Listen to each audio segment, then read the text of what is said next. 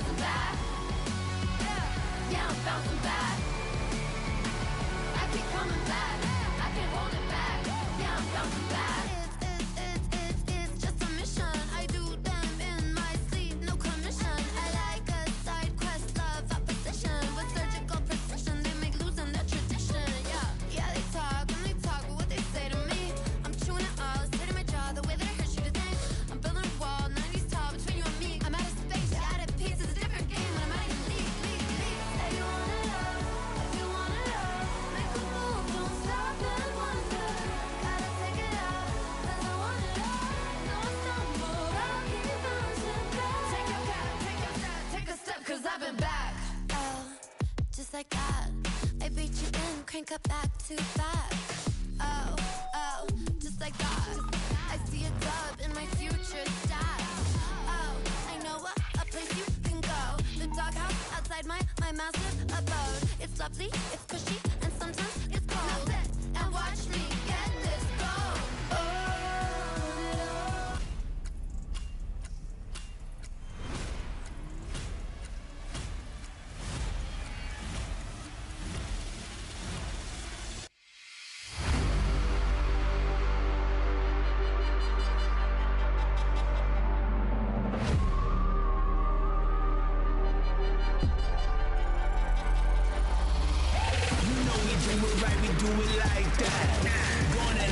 Turning into attack. Get it, don't look around, no time to look back. That's how we do it like that. That's how we do it. Yeah, we do it like that.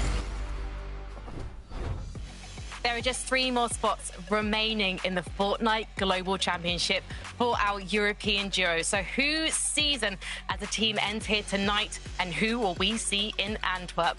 Welcome to the Fortnite Global Championship Last Chance Qualifier.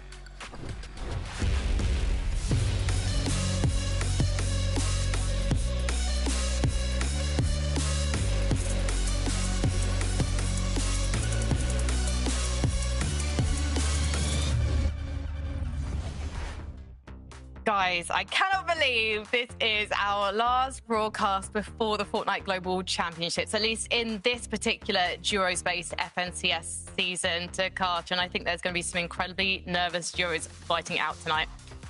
Yeah, some more nervous than others, I would say, as we do have duos competing today that have already qualified to the Global Championship. But the good news is that there is a prize pool, Mini, so they'll be excited for that. Oh, yes. Yeah. Mini, talk us through the money. Yeah, there's money on the line, of course. Of course, we have teams and players that are looking to qualify through the globals, but for players that have already done that, there is still something on the line and something to play for. First place today, $40,000, and all the way down to 50th gets $400 as well. So every single one of our players today will be walking home with cash, which is really exciting. And I think it's a great format for so many different ways, because of course it's going to be an absolute stacker of a lobby for teams that, of course, have already qualified through and teams that still need to do it as well. Yeah, it's the last dance for some of these Duos tonight, but we're not going to dwell on who won't be going to Antwerp. We're going to be talking about who will. And in fact, let's take a look at the Duos who've already qualified, because 16 of them are in the lobby tonight, Takata. Yeah, I mean, these are the best of the best from Major 1, Major 2 of EU, and you can see there's some to be declared left over there at the bottom right. So there are 3 duos that will be qualifying today to the Global Championship that have not already qualified, but the competition is going to be incredibly tough due to all these players in the lobby. I can't believe there's only 3 spots up for grabs, because we had 9 back in Major 2. We're going to have 21 duos representing Europe overall. But let's talk about the duo that's really leading the charge right now, setting the standard, as we saw in the Major 2 Grands Finals. Mini Minor, well, you're going to talk to us about what went so right for Sky and Scroll, because we're probably going to see it from them tonight, and maybe we're going to see other duos trying to take on that game plan too.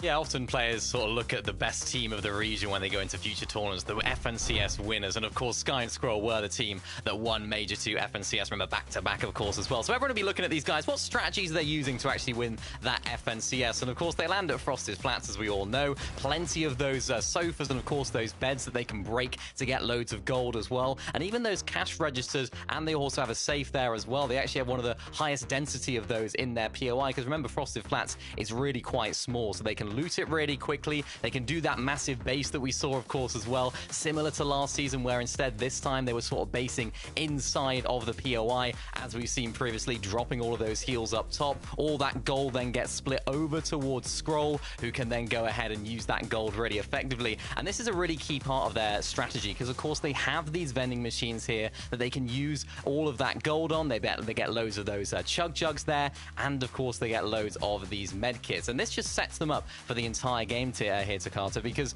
chug jugs allow you to heal up for only as much as you need. So what's great about them is you can use them as many times as you like, of course, with the actual charges that are in there. So you can see Scroll right here gets hit for around 70 damage. He doesn't have to use up the entire chug jug. He can just use 70 health inside of it to sort of heal up his shield, and then he can continue using that throughout the rest of the game, which just sets them up perfectly for a lot of these late game situations that they find themselves in.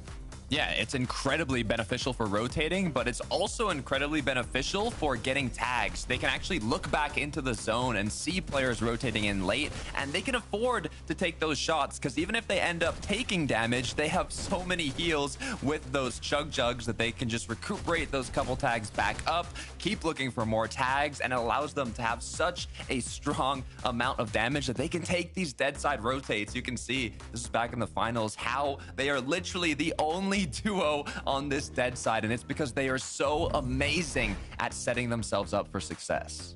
It's so interesting though, because I spoke to Always Pappy, their mental coach, earlier this week, and we had a chat about how Sky and Scroll back in the Major 2 heat, they were not looking confident at all. They were a shadow of their former selves. And it's because, according to Pappy, that they were not ready for the zone pulls and the zones pulling so far away from them. But then when they came to the Major 2 finals, they'd prepared for them for it mentally, but also game plan-wise.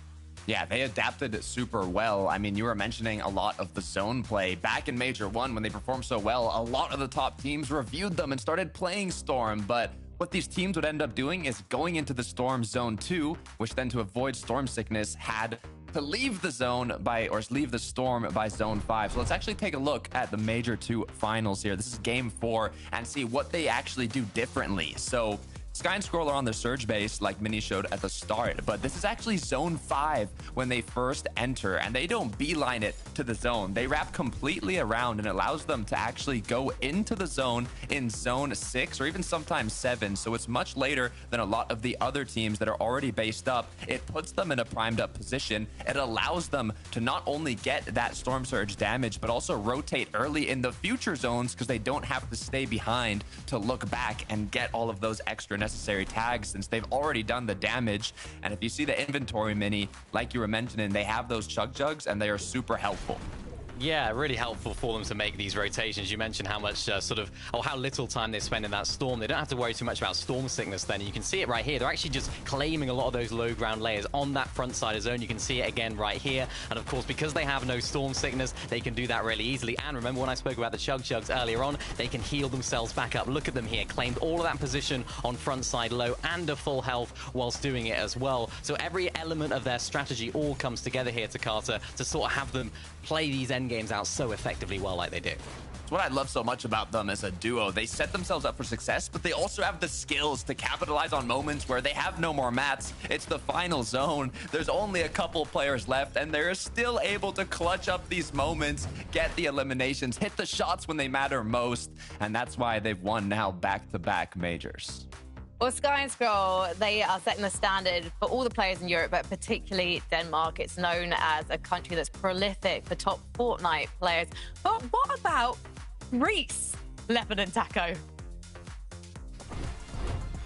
Definitely some fun teams all around the world, if you really think about it, Frankie. But yes, I do believe that we have to emphasize the bit of shenanigans that kind of took place with Ghost and Lemon featuring their appearance here in this finals Lobby 11. Yeah, so a lot of you watching will be pretty familiar with Ghost. He played in the last FNCS final. Lemon, on the other hand, is one of his friends from Greece and didn't play in the last FNCS final. In fact, Lemon hasn't actually made a Divisional Cup set lobby final 3 months ago, Taco. Lemon was playing in Division 3. I mean, half the people watching today probably were playing against Lemon 3 months ago in Div 3. Look, the reality is, Gold is playing with Lemon today because he didn't realize that if you queued last chance with somebody, you were locked in with them. And so he was just trying to help his friend make it out of round 1 and then go play with someone else. Unfortunately, they are stuck together. But fortunately, they've actually made it to the final. And so there's a good chance Ghost might actually qualify Globals today, playing with one of his mates from Greece. Yeah, excited to see just how far the power of friendship can take them. So let's get it back over to Frankie and the team, see what else they've got in store for us. That is one of my favorite stories of the year so far. Good luck to Ghost and Lemon. If you guys get a victory royale, if you guys qualify, I'm going to grab a plate from my kitchen. I'm going to smash it Greek style on the stream. I'll get some safety goggles. Don't worry, production. Let's take a look at the lobby list, though, and see who they're up against, because I'm really excited to see a French duo getting together, because I feel like this is a bit of a superstar duo, and they've actually had some experience in last chance qualifiers before, Mini. It's Akira and Prototype. That's right, yeah. The last time these guys played together was, of course, in trios at the beginning of last year, and they actually needed to qualify through that last chance qualifier into that grand final. Of course, this isn't exactly the same format. It's not a win and you're in format. It is consistency, but when the backs are against the wall, these guys can definitely perform. Unfortunately, as of late, it just doesn't seem like both of these guys have really been putting up the performances that we really expect from the names that are on screen, particularly Akira and Karama. They didn't qualify into the Major 2 finals. Podesai did, but didn't have a great performance overall individually, and with his duo, they got 47th overall. So it's like there's a lot to be asked about this duo. There's a lot to be wishing for when it comes to their gameplay, because we haven't seen them playing together for a long time. We haven't seen great performances from French Fortnite since sort of 2024 when we saw a top 5 from them in Major 2. So a lot of questions from me to Carter. How well are they going to do? Of course, this is a lobby now where it is last chance format. Will they be able to perform now that their backs are against the wall? We'll have to see. Yeah, I mean, I'll tell you the good news, Minnie. Look, the good news is both of these players qualified through a second chance to the Major 1 Summit. So not only did they qual Major 1 last chance, they did another last chance at the Summit. And guess what we're playing today? We're playing a last chance qualifier to Globals. Both of these players can make it happen when it matters most. And, you know, it's the format that they've succeeded in before. So hopefully we can see them do it again. But we also got a Polish duo getting back together to Carter in Seti and Yapko, because we saw them playing together in trios, right? Yeah, and they did very well in trios. In the Global Championship, they actually got third place, trioed up with Panzer. It was Seti, Yapko, Panzer. I think they also ended the majors well. Yeah, you can see Major 3, they got 4th place. The issue is, right after that, when 2026 started, especially for Seti, it was just a bit downhill. Didn't qualify Major 1, didn't qualify Major 2. Yapko did actually qualify Major 1, got 10th place, so it wasn't too bad. But then Major 2 fell short, couldn't qualify with Panzer, and that led to them splitting. And now this new duo forming. Yeah, it's a bit of a reunion, really, isn't it? Of a sort of duo from a trio that was just super successful. We didn't really get to see too much of them. Today, though, they are contested there by Search and Fincheck. And I just see Search and Fincheck as very different players to Seti and Yapko. You think about Seti, of course, FNCS Invitational Champion, always seems to perform on LAN. Very similar to Yapko, of course. One game has had some really solid performances in LANs as well. And even in 2024, he filled in for Swizzy's, or as Swizzy's teammate, and they got 10th overall. So a last-minute duo swap there. Yapko still manages to perform on LAN. My issue right there, as I set up, was the fact that Search and Fincheck, they've still got a lot to prove. They still need to qualify into these global championships. They're a duo that we need to see more from overall in terms of their overall career. So they'll be hungrier. They'll be wanting this qualification. So I think for them, it's going to be a really important day. And I think Seti and Yapko might struggle off spawn, but it would be a real shame to not see both of those guys at LAN. So I want to see them qual today. I'm scared, guys. I'm just looking at some of the names in the lobby tonight. We have got some other legends who have not qualified yet. One of those legends is Mr. Savage Jakarta. He and Trudy, they picked up the first victory royale of the Major 2 Grand Finals, and then they really failed to capitalize on that incredible start. Look, it was a big start. The EU comm was going crazy. Feeling of euphoria at an all-time high. Savage won game 1.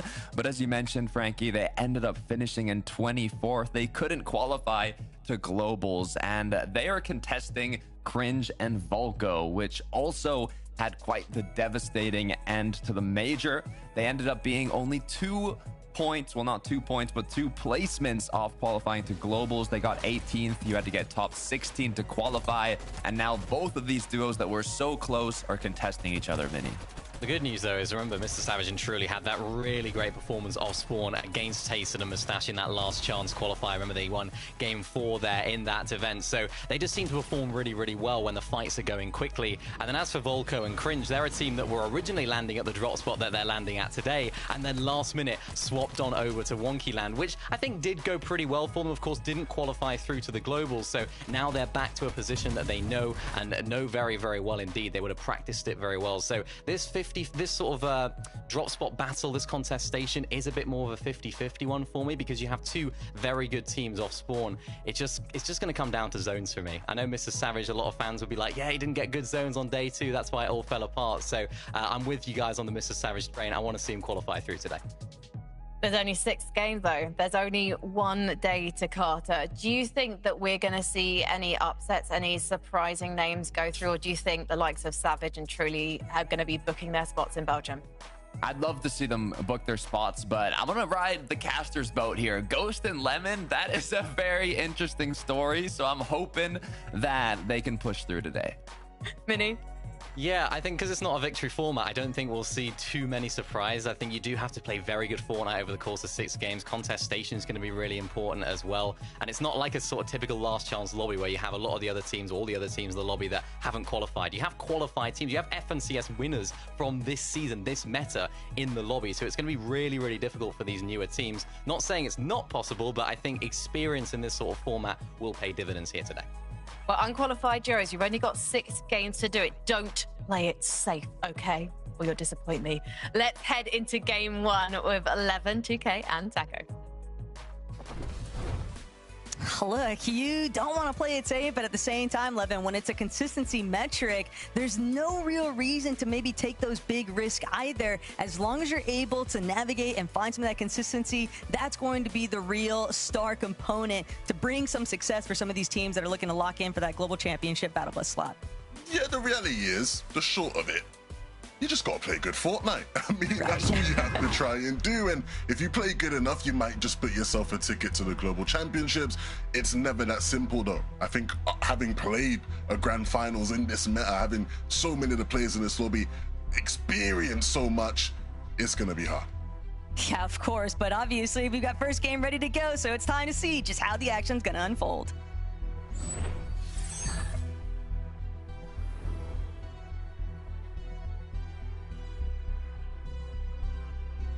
Picking things up, though. First game always seems like it could be the hardest, Levin, because you do have kind of a mix of everything taking place in this lobby. And knowing that it's going to be the last opportunity for players to try and find themselves in presence for that Global Championship, there's just so much at stake. There's bound to be a little bit of the nerves, obviously, starting to play a bit of a factor, but ultimately, these guys, they've just got to see the mission through. Shaken Sanctuary, though, not necessarily as bumping as people would have originally anticipated it, but we have been seeing a lot of traffic kind of surrounding this southeast section of the map, so wouldn't be too surprised before some of these teams start picking it up. Pace is going to be a little bit slower for the start. Just Fordoxy Meria is kind of stuck between the two. Don't want to find themselves engaging too soon with Savage and Truly. Don't want to find themselves getting third-party by Lucia and Hallie. Also, welcome back, Lucia and Hallie, to EU. Certainly had a bit of fun over in the Middle East region, but they've managed to see just how far they could take it back on Europe. Yeah, it's very rare we get to watch 2 sets of champions playing in the same lobby here on an EU FNCS, but I'm never going to miss on an opportunity to big up our boys who obviously got the job done over on Middle East and now back over on EU. Looking to just try to get as much high-quality practice as possible going into the Global Championships. Frozy will be taken down. Not the greatest of starts here. I think that is one thing that becomes much more important, Taco, how you start. Of course, when we're watching the grand finals not too long ago, how you do in the first game, as much as it sets a tone, it doesn't tell your full story, right? You have so many games to get back into the competition.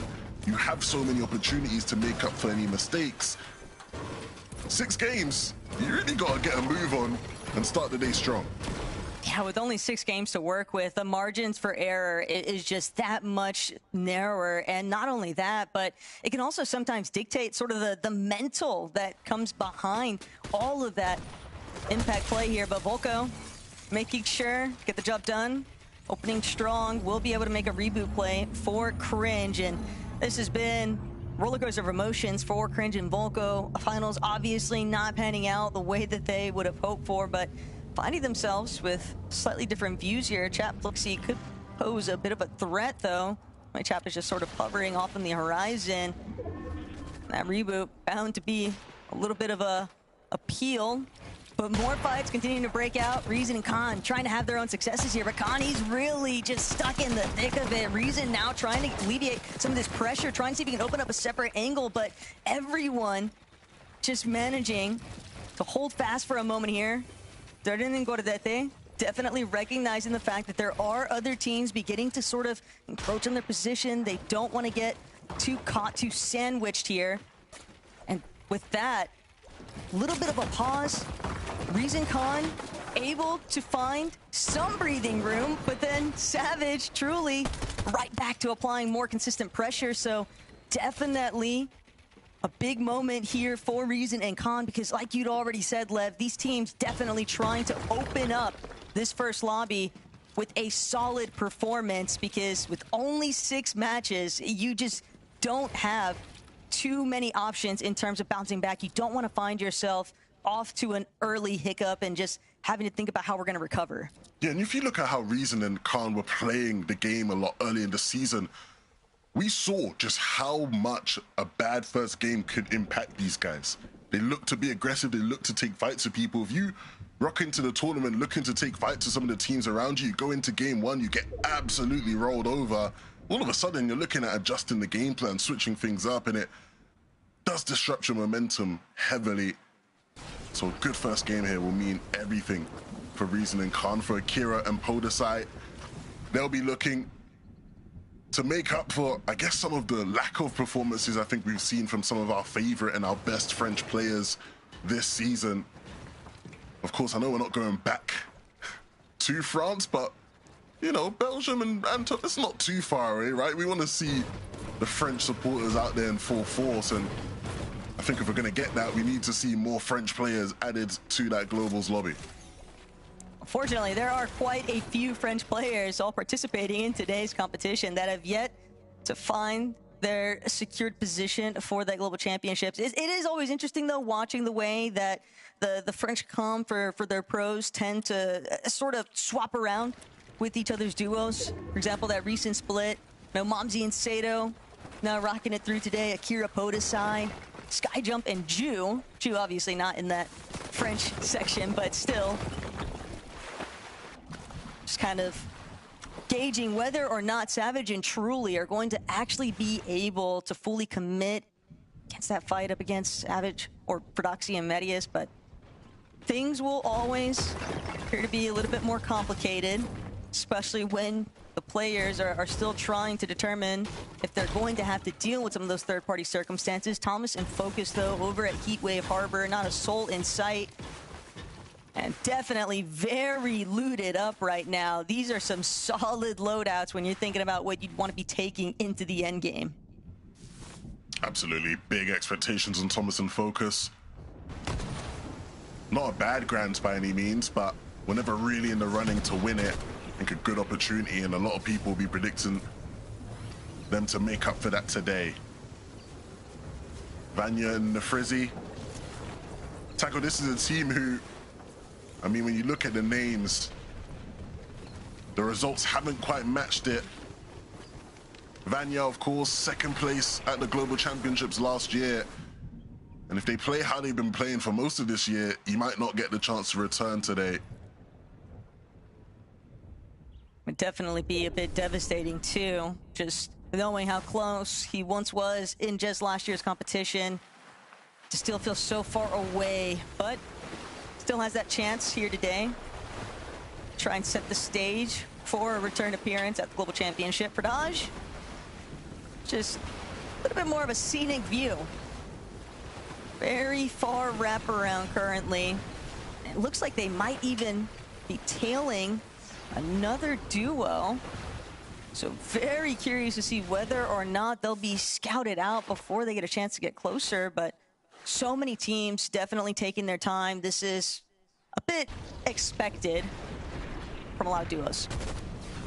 Yeah, I think one of the things that's interesting about the shot we sort of saw there with the zone is I'm sure lots of people in the community will be eagerly waiting to see just how many players are playing Storm early across these games. I think there's been such a wealth of content from different people discussing how much playing the zone super early was quite damaging, I think, for a lot of teams.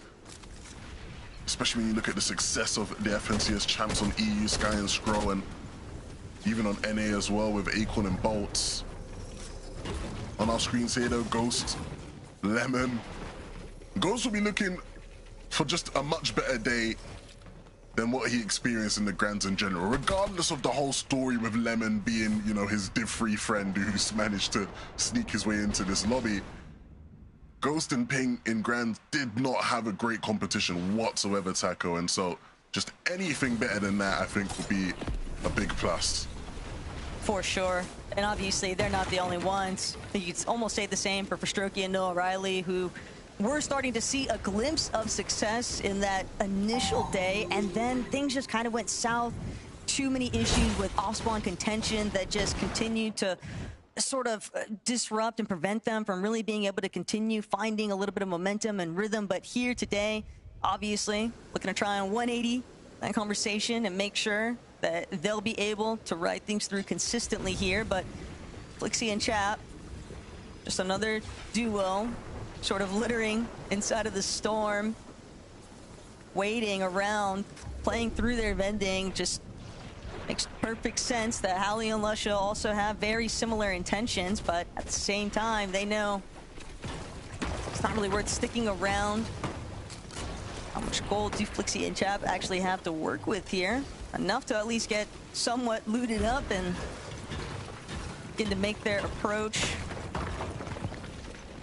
Not too surprised, though, to see teams just continuing to take advantage of these vendings. It is going to continue to be such a prominent theme for a lot of duos that just understand if they can play through those whites in the Storm, get a little bit of a better position, maybe even make that dead side approach, it's just going to net them a much easier endgame performance. Yeah, of course, it's been so documented just how you have to play Storm this season in this meta, and so it becomes an option for far more teams. For Nebs and Nathan here on our screens, they're a mid-map team, land dead center at the 0 point, and so not a team often caught playing the Storm at this point in the game. They're more used to pulling the zones.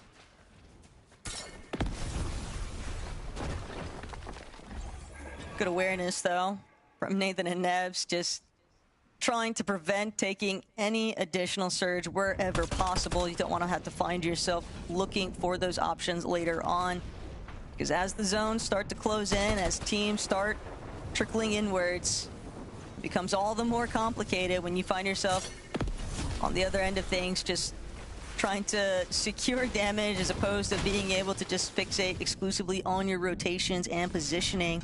Cringe and Volko, though, still maybe even held a little bit at bay here. Lusha Howley, I'm just looking back. Almost seems like they're trying to prevent being completely tailed through this rotate, but at the same time, just very aware of the fact that there's always going to likely be another team already boxed up somewhere ahead of you. And you just don't want to eat that damage, especially when you're already sitting 132 below. In fact, they may be should have just looked for that fight right away against Cringe and Volko, because either way, they're going to be forced to engage soon enough. And, well, picking your poison, Pablo Chino, not exactly the team you want to see. And already Pablo shutting down Lusha. And Howley, unfortunately, just nothing left to work with in the tank. Yeah, and you always have to be aware that in that situation, you're down on Surge, you're rotating into zone. In this meta, there's gonna be people, even if you think you're rotating into their side, there's gonna be people there. You have to be ready to deal with that possibility. And they just weren't. Even if they're able to stay alive, their attacker, you sort of alluded to it, they're gonna get tagged up so much, and they're just in an even worse Surge position. Chino and Pablo doing exactly what they've been set up to do this season. And that'll be some of the freest damage and a freer limb for them. Oof, I saw Skyjump went down in the field at the hands of Ghost. And we pick up here with Jude. We will try and pick up the pieces of this game. Not a great spot to be in though, Taka. Now, but at least he was slightly above on Surge in comparison to Nathan and Nebs, who are just slightly under that threshold. They're trying to get some additional shots in onto a little bit of a box fight scuffle just further off, but the Surge is relentless, just ticking away 25 at a time. And with Swizzy Pixie so nearby, likely able to even sense that this was a duo that was struggling. Nebs won't even get the chance to be taken out by the Surge. Nathan now forced to try and decide, do I even opt to use the last of this Chug Jug, or just try to secure some additional damage, and it's just not going his way in the slightest. Every single player just shutting off those opportunities. Finally, he'll get some damage off onto Pixie, but sometimes the damage may have already been done. You're left as a solo. Placement not exactly there either, and obviously Nathan right back to suffering because the threshold just not high enough to put himself in a comfortable spot. And Swizzy Pixie, they'll get credit for it anyway. But they're also still just above that third threshold.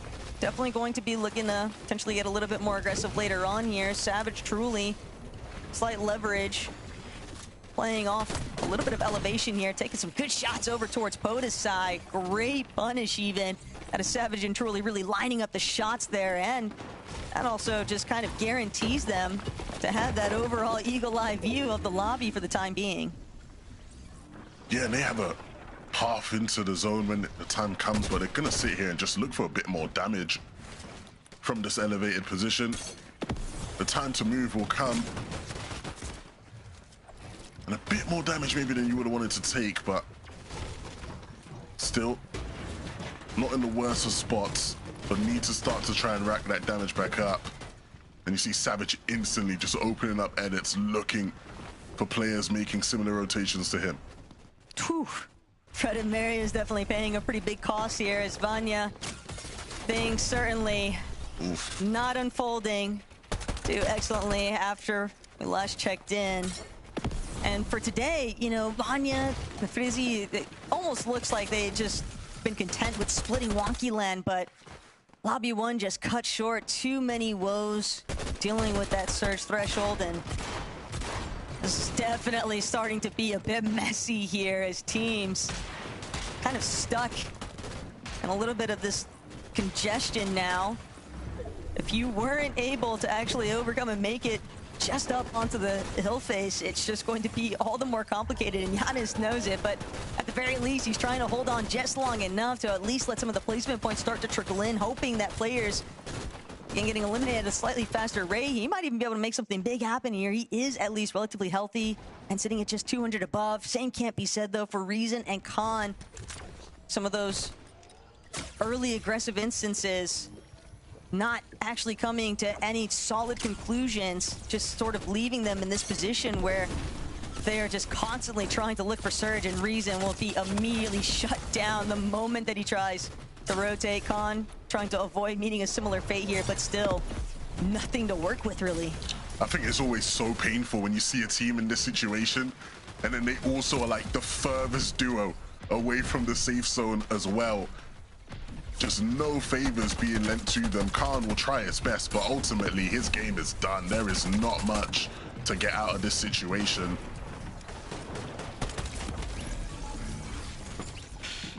just couldn't even get that final opportunity. But hey, where we see some teams sort of suffering and struggling, on the other hand, we've got Shark and Teeny doing what we know them to be best at, and Shark just open season. You would think that he's just running it through on aim labs right now, having some fun there. Solid position, solid eliminations. And you know that they're definitely going to be on the hunt to get the lion's share of today's prize pool in the competition. But for Momsy and Sato, very different intentions. Obviously, prizing's nice, but what's even better is that battle bus spot for the global championship. And now, Momsy, Sato, they've done a decent job at separating from where the rest of that congestion is really starting to build up, but they're still having to keep tabs on what's surrounding them. Momsy even potentially need to set up here for this next move.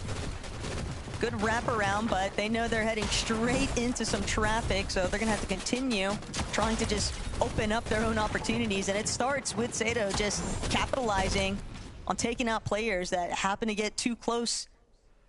That's a great way to just open up some space, but space is gonna be hard to come by when Chino and Pablo are making excellent use of just overtaking height, overtaking the front side. Chino, good amount of materials too, and builds. This is a really solid spot for these two to be in. Yeah, every time we've seen them in this game, they've been in an elevated position, and that will not end here in the moving zones. Shark and Teeny, we know they're gonna be a duo that might look to try and take it. It might look to the skies at some point. 7 eliminations already on this game. These guys remember the pain of missing out on that FNCS championship, and they do not want to miss out on $20,000 each tier today. They want to end in first. Savage left in a clutching situation, one we've seen him in many times this season, but this roll of the dice has to be a better one. So much on the line across these games for Mr. Savage. But all he needs is one good shot to connect. Unfortunately, the lobby is just looking his way, forced to drop and just go straight to the clutches of more players in the lobby. But Chap and Felixi, they've overtaken the high ground. iDrop also going to pay the price here, won't be able to just skirt underneath. And now Chap, Felixi, they really got to keep an open eye out, because Sharktini, they're ready to make their move. They've decided that height is where they want to be. We were waiting to see just how long they would be content to lurk in the waters underneath, but now Shark, Teeny, Chat, Flixie, it's a rumble for the high ground. Everyone getting chopped at the same moment, but Shark still able to claim it at the very end of it all, and Flixie too hurt to try and re-challenge. He's got to stay focused on just staying alive inside of that secondary height, because the rest of the lobby is catching up quickly. It really is starting to feel like a tale of two teams here in EU once again. Sky and Scroll on the low ground, where they operate the best. Shark and Teeny up above with the aggression to try and clean through this lobby. And for everybody in between, it's about finding your spot in this lobby and maybe finding your way into that two-team battle. Scroll will pick up one, and that's good. That gives them even more space to work with, more eliminations picked up, more loot to keep them in control of the low ground.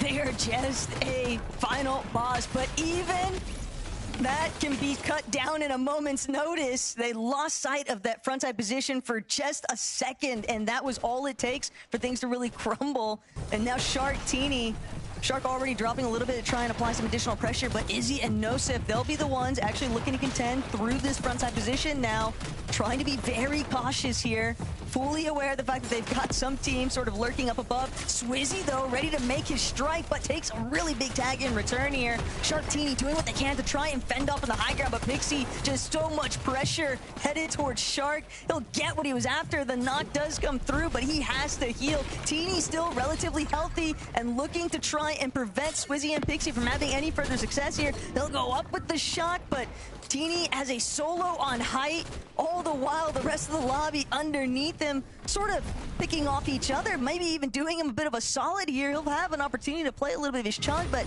he recognizes he'll be able to make it towards that next high ground position in comparison to where Fishy and Huddy are at, because just like that, Fishy and Huddy, they have been duking it out here on low, and it's worked out for them.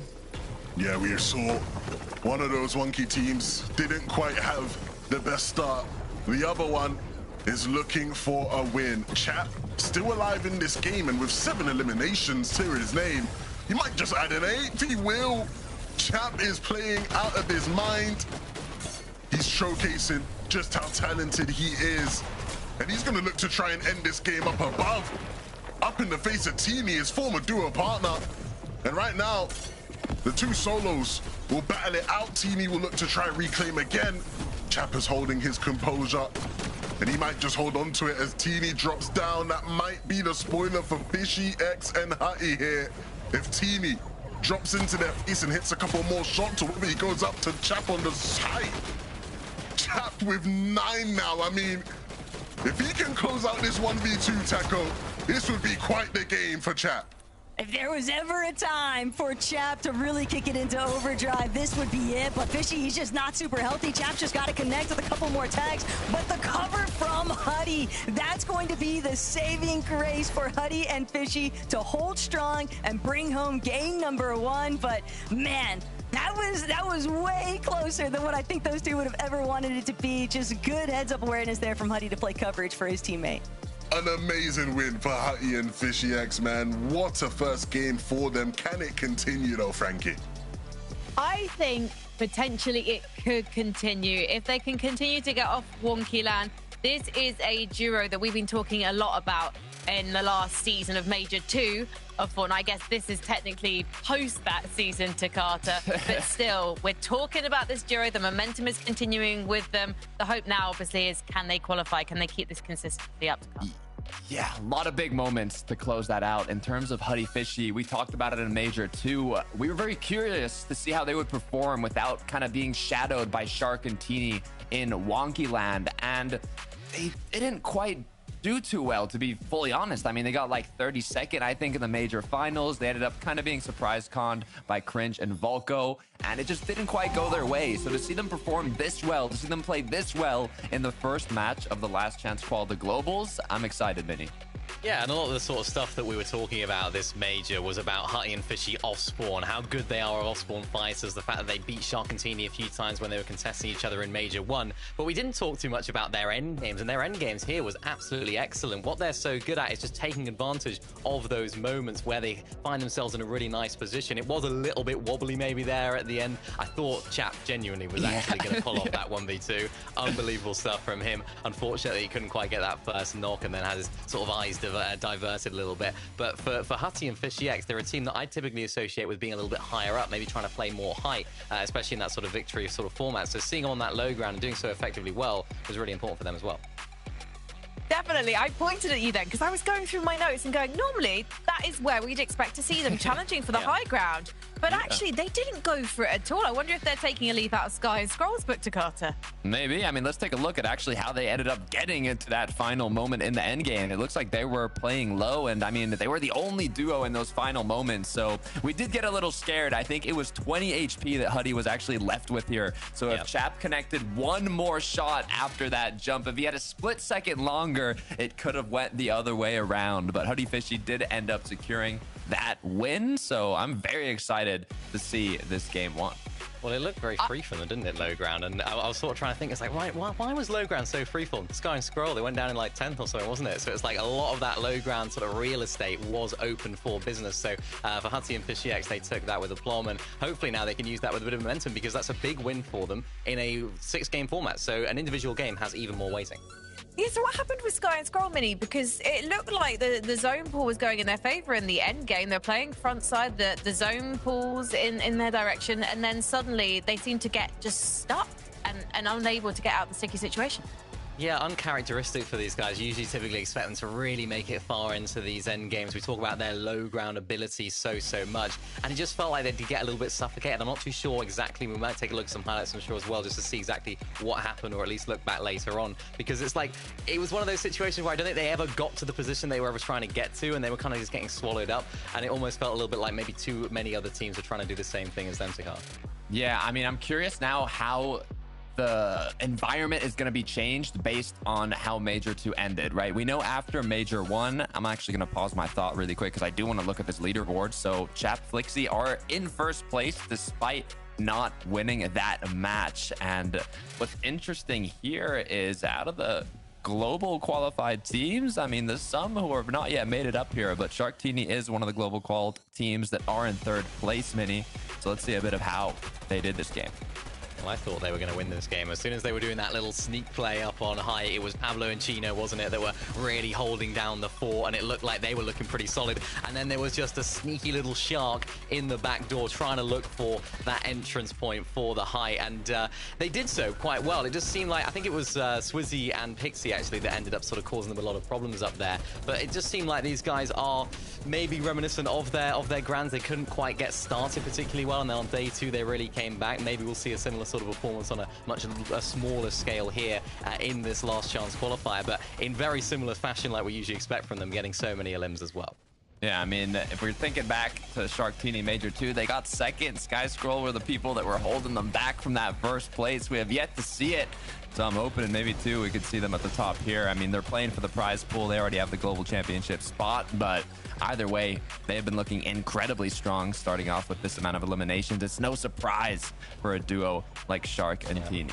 This was weird as well. I thought Teeny would hit that shot. I just to sort of say, because I was like, you know, you'd expect him to hit a big damage shot. That's the prime Teeny positioning right there, solo clutching right at the end. I thought they would have been able to squeeze out a second there, but really unfortunate, but they'll be back, I'm sure. Mini Miner, I can't believe you're grumbling about this duo. They're fourth on the leaderboard. You know they're just getting warmed up. We're going to see so much more from them. Hopefully we're going to see more from Sky and Scott, because Takata, we were talking about the fact that they got themselves in a tricky situation. We should be able to look back now at that game, and hopefully we can try and work out what happened. Yeah, what I was talking about with Sky and Scroll is, so in terms of Major 1 to Major 2, it was a lot of playing Storm, but that's because they played Boulevard, and Boulevard is on kind of more of the edge of the map. But now that they're center zone, they don't have to get in Storm so early. So normally they can afford to take a bit more risks in playing ahead of the zone here in the moving zone, since Storm Sickness doesn't affect them as much as a lot of the other players in the lobby. And when you're playing ahead of Dead Side and you're as confident as the duo as Sky and Scroll is, you should be able to find a lot of refreshes. So I'm curious to what went wrong, because you can see the amount of mats they had, the amount of loot, but it was just a poor rookie mistake not closing the walls behind you. Not what we'd generally expect from Sky and Scroll, going down with loot, mats, weapons, everything. Maybe it was just kind of a warm-up game for them, Mini. Yeah, it just seemed like, I mean, what makes them so great is the fact that they can do everything that the other person can do individually. It's like they're two solos that can perform incredibly well. Right there, we sort of saw Sky leading the way. Of course, we've seen Scroll leading the way in terms of tarping. Sky went on to tarp. Scroll had to heal, but without actually blocking his back. And of course, because he trusted Sky so much, like, yeah, you go off and do that tarping, you go ahead, and I'll try and heal. Forgot to block his back, and of course got beamed in the back there. But it's only one game. They still find themselves in this lobby, I'm sure, and plenty of more end games for us to come as well. Well, if you think back to the end game, it feels like so many of the big duos were trying to challenge for the high ground. At some points, we're seeing Chino and Pablo up there. Obviously, we're seeing Chap and Flixie towards the end. And also, at one point, I'm pretty sure towards at the start of the end game, we saw Swizzy and Pixie going for it as well. It's good to see them in the lobby tonight. I feel like they're a bit of a slow burner for us this season, Mini Miner. So I really like to see them on fire straight out the gate. Well, everything that I've sort of learned about Swizzy and Pixie this year so far since Globals was that they just perform when it matters. They just always turn up on the big day. It's like, no matter whether it's, you know, day 2 of Grands after they dud day 1, it's like every single time you ask more questions of them, they have the answers. And here, in this last chance sort of lobby here, it's not necessarily that big of a pressure for them. You know, they've already got that qualification, but they're allowed to play with so much more freedom now here, Takata, as well. And I think this is where we're going to get to see the best of someone like Swizzy and Pixie, because they're teammates that just have so much experience, both at this level and even higher as well. So expecting big things from them as well. Yeah, they actually won the last game of the Major 2 finals, I think. It kind of got shadowed as we crowned our champions after that, but they always end on a bang, so we'll see if today they do something similar. Can we talk about Izzy and Osif as well? Another team that you'd expect to see on the high ground. They've had varying fortunes in the past couple of months, but we saw them on the low ground, and Izzy was ragging Takata. He was putting up numbers tonight. He was putting in the work, right? And that's the work that I hope they're gonna continue putting in for the rest of the day, because I believe they were literally the placement. They were 17th in Major 2, and top 16 would have qualified them. So they were one placement off, which is devastating. I do think that they have got a good chance tonight if they can keep playing like that. But then obviously I'm going to say that because this is a consistency format. And Chap and Flixie, a duo that managed to qualify through Summit for the Global Championships. And since then, I've been so happy to see Mini Miner that the chemistry is building between these two. I just think they're going to be a duo to watch when we get to Belgium and obviously tonight. Yeah, they are, and I think on paper these guys just have so much potential, so much ability in this duo, and of course right here we got to see it in full force. Chap there was at 9 eliminations at the end of this game total, which was just incredible, and then of course 10 for the team. This is the sort of prime Chap that we'd expect. This is exactly the sort of style of gameplay that we can come to expect from Chap, and honestly, like I mentioned earlier, I really thought he could win this. I thought he played this actually really well. Hussey and Fishy of course went up. They were a little bit split. Unfortunate that he couldn't get a damage there onto Fishy, because then he would have known that he went down and then could have played things a little bit differently. I think he could have played his mats a little bit better there to, of course, block off Hussey. So quite unfortunate that he didn't get one little tag there onto Fishy, or else things could have ended very differently. Well, this is, as Dakota put it earlier to us in the green room, a big lobby tonight. And now we've got one game under our belt, and all of our big names have got used to the names around them. These guys, their experience in set lobbies. We have 18 FNCS champions in the lobby tonight. I think game 2 could go potentially very differently, but already we're starting to see some of our potential qualified duos, or I should say the duos that are trying to qualify, breaking through with their performances. I think we should probably be keeping our eyes on Izzy, Nosif, definitely Hutty and Fishy, Mini Miner, but any other duos coming to mind? Well, I wanted to mention about Izzy and Nosif as well, because we sort of spoke about French Fortnite at the beginning of the day. Not so great right now. Maybe they're their last hope. Maybe they are. Let's head into game 2 and find out.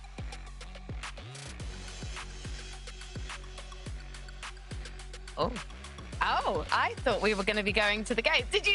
You know what? I'm so looking forward to anyone memeing on us on TikTok. Please get those videos coming in, because we are actually ready to go into game 2. There's the horn. Hey, as you know, sometimes we just got to get right back into it, okay? When the action is that good after game 111, I'm ready to see just how the rest of it is actually going to pan out. But the score has been settled a bit here in some places across the map. And for Sato and Momsy, they're looking to get a little bit more proactive, off to a decent start, but obviously still hunting for much more. Everybody's just trying to do what they can to try and create a little bit of separation and push themselves one step closer to getting inside of that qualification spot for the Global Championship. But obviously, Shaken Sanctuary comes with its own slew of problems. Just so many other teams kind of scattered around the area makes it very difficult to navigate, because you want to look for surge damage. At the same time, though, you don't want to overexpose yourself. And for Momsy and Sato, just sort of hovering the outskirts of it, hoping to maybe get some shots inwards while using some of that natural terrain coverage, but none being provided just yet. Yapko Seti, on the other hand, they know they're going to have to kick things up a notch here. Surefour, Fincheck, a lot of good pressure. Surefour also having a little bit of that shield advantage. Yapko doing what he can, trying to get a little bit more material, but he's running out of builds. He's running out of HP too. Solid shot return, but Surefour still has at least 1 minute to work with here, as now Seti, alongside his duo, is hoping to try and see if he could maybe switch things up a bit here, but even with Surefour being a little bit injured, Seti and Yapko just could not hold it strong. And that's back-to-back off-spawn losses now for Seti and Yapko, 2 players in EU who we have seen so much of over the years, 2 players who we've become accustomed to seeing them compete at LANs. And as things currently stand, it would be the end of an era. Still 4 games for them to try get back into things, but unfortunately for them, they're just playing against 2 top players off spawn. Church and Fincheck are going to be no slouches and won't make it any easier for them throughout today. It's just crazy to think that there are just so many teams looking to try and just run it back-to-back with these off-spawn fights. And Frozy, Fatal, whole world of different problems over here, though. CK just not healthy enough, but will be able to return fire. He knows that this is the fight that gets separated, but he's shut down just in those final moments. Doesn't get a chance to even go for the siphon play, so a good hold there for Frozy, but they've still got a bit of an uphill battle. You can already see just outside of where that action was taking place, Jake Kuka closing in. Twy and Cringe, also no foreigners when it comes to off-spawn battles, something they had to contend with a decent amount throughout Major 2 finals. And while we saw them have a good portion of success here, Rickboard and Leo just stuck underneath, so we'll see whether or not they actually choose to surface in a position that Cringe and Twy can take advantage of. Tuning into Rax and Yanis. We saw their struggles in that first game. This is a team, though, that I think we've seen a lot of positives from them throughout the season. And so, aggression here early on. Just want to get their surge dealt with. Make the rest of that mid-game a bit easier. Give themselves a bit more to be consistent. Truly and Savage was a similar story to what we've seen a lot from them this season, Taco, as far as tuning into one of them solo. In this case, it was Mr. Savage. We're gonna need to find a different recipe for success here today. I think what makes it so much more tough, though, is just this disruptance factor out of Howley and Lucia's presence here at Shaken Sanctuary. Savage and Truly knew that they were going to have to contend with Predoxy and Medius, especially after how the Major 2 finals actually played out. But when you throw another party into the mix, it just makes the situation so much more volatile. So can't blame them for wanting to take a little bit more of a passive approach here if they can't find that initial 50-50, for example. But at the same time, they're going to have to get involved one way or another because, yeah, we just did not see them in a healthy enough spot. They did not have the surge that they needed either. And obviously, you know, playing mid and end game as a solo, especially in a format that's very dependent on consistency, it's just always going to be rather complicated. But for Odisai and Akira, hanging out over by Lifty Lodge and definitely scouting out the fact that there is a little bit of action taking place north of the map, and they might want to take a couple of shots in, see if they can play some disruptance here. Pradaj, no strangers to the storm. It's an awkward situation here, but one that they can come out of fruitfully if they're patient enough. Of course, damage already being done, so they might choose to just get out of it. Yeah, they realize the player's been eliminated. That's not going to be as free damage as maybe they would have hoped for. Akira and Podesai will still commit. Akira knows that Alba's still there. Does he? He's running in. Don't give up anything too free now. Ooh. Don't fall for the bait now. No, he knows. He's very, oh, they see her. Ooh. And that'll be a quick cleanup. Seems like the bulk of Alba's resources had kind of been expended in that initial fight, so just nothing really left over to try and contend with here. So great cleanup crew out of Akira and Podesai. Start things off, getting so much surge in this early on.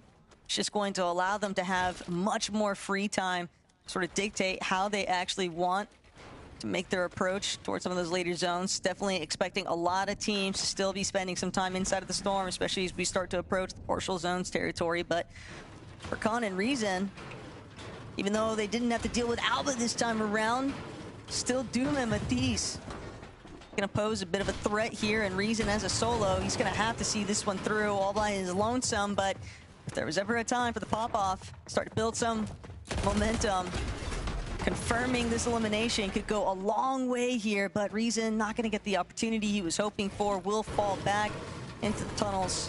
Might even opt to just take that teleporter out and look for reboot play later on. 2 is better than 1 after all, so at the very least, having Khan back by his side would be probably the ultimate silver lining there. The fighting doesn't stop though. Sharkantini, after what was a very promising first game, you saw the aggression they came out of the blocks with, and obviously they won't be too upset with a third place, but I'm sure at many points in that game, Taco, they felt like it was theirs to win. It's not really that moment that they took height.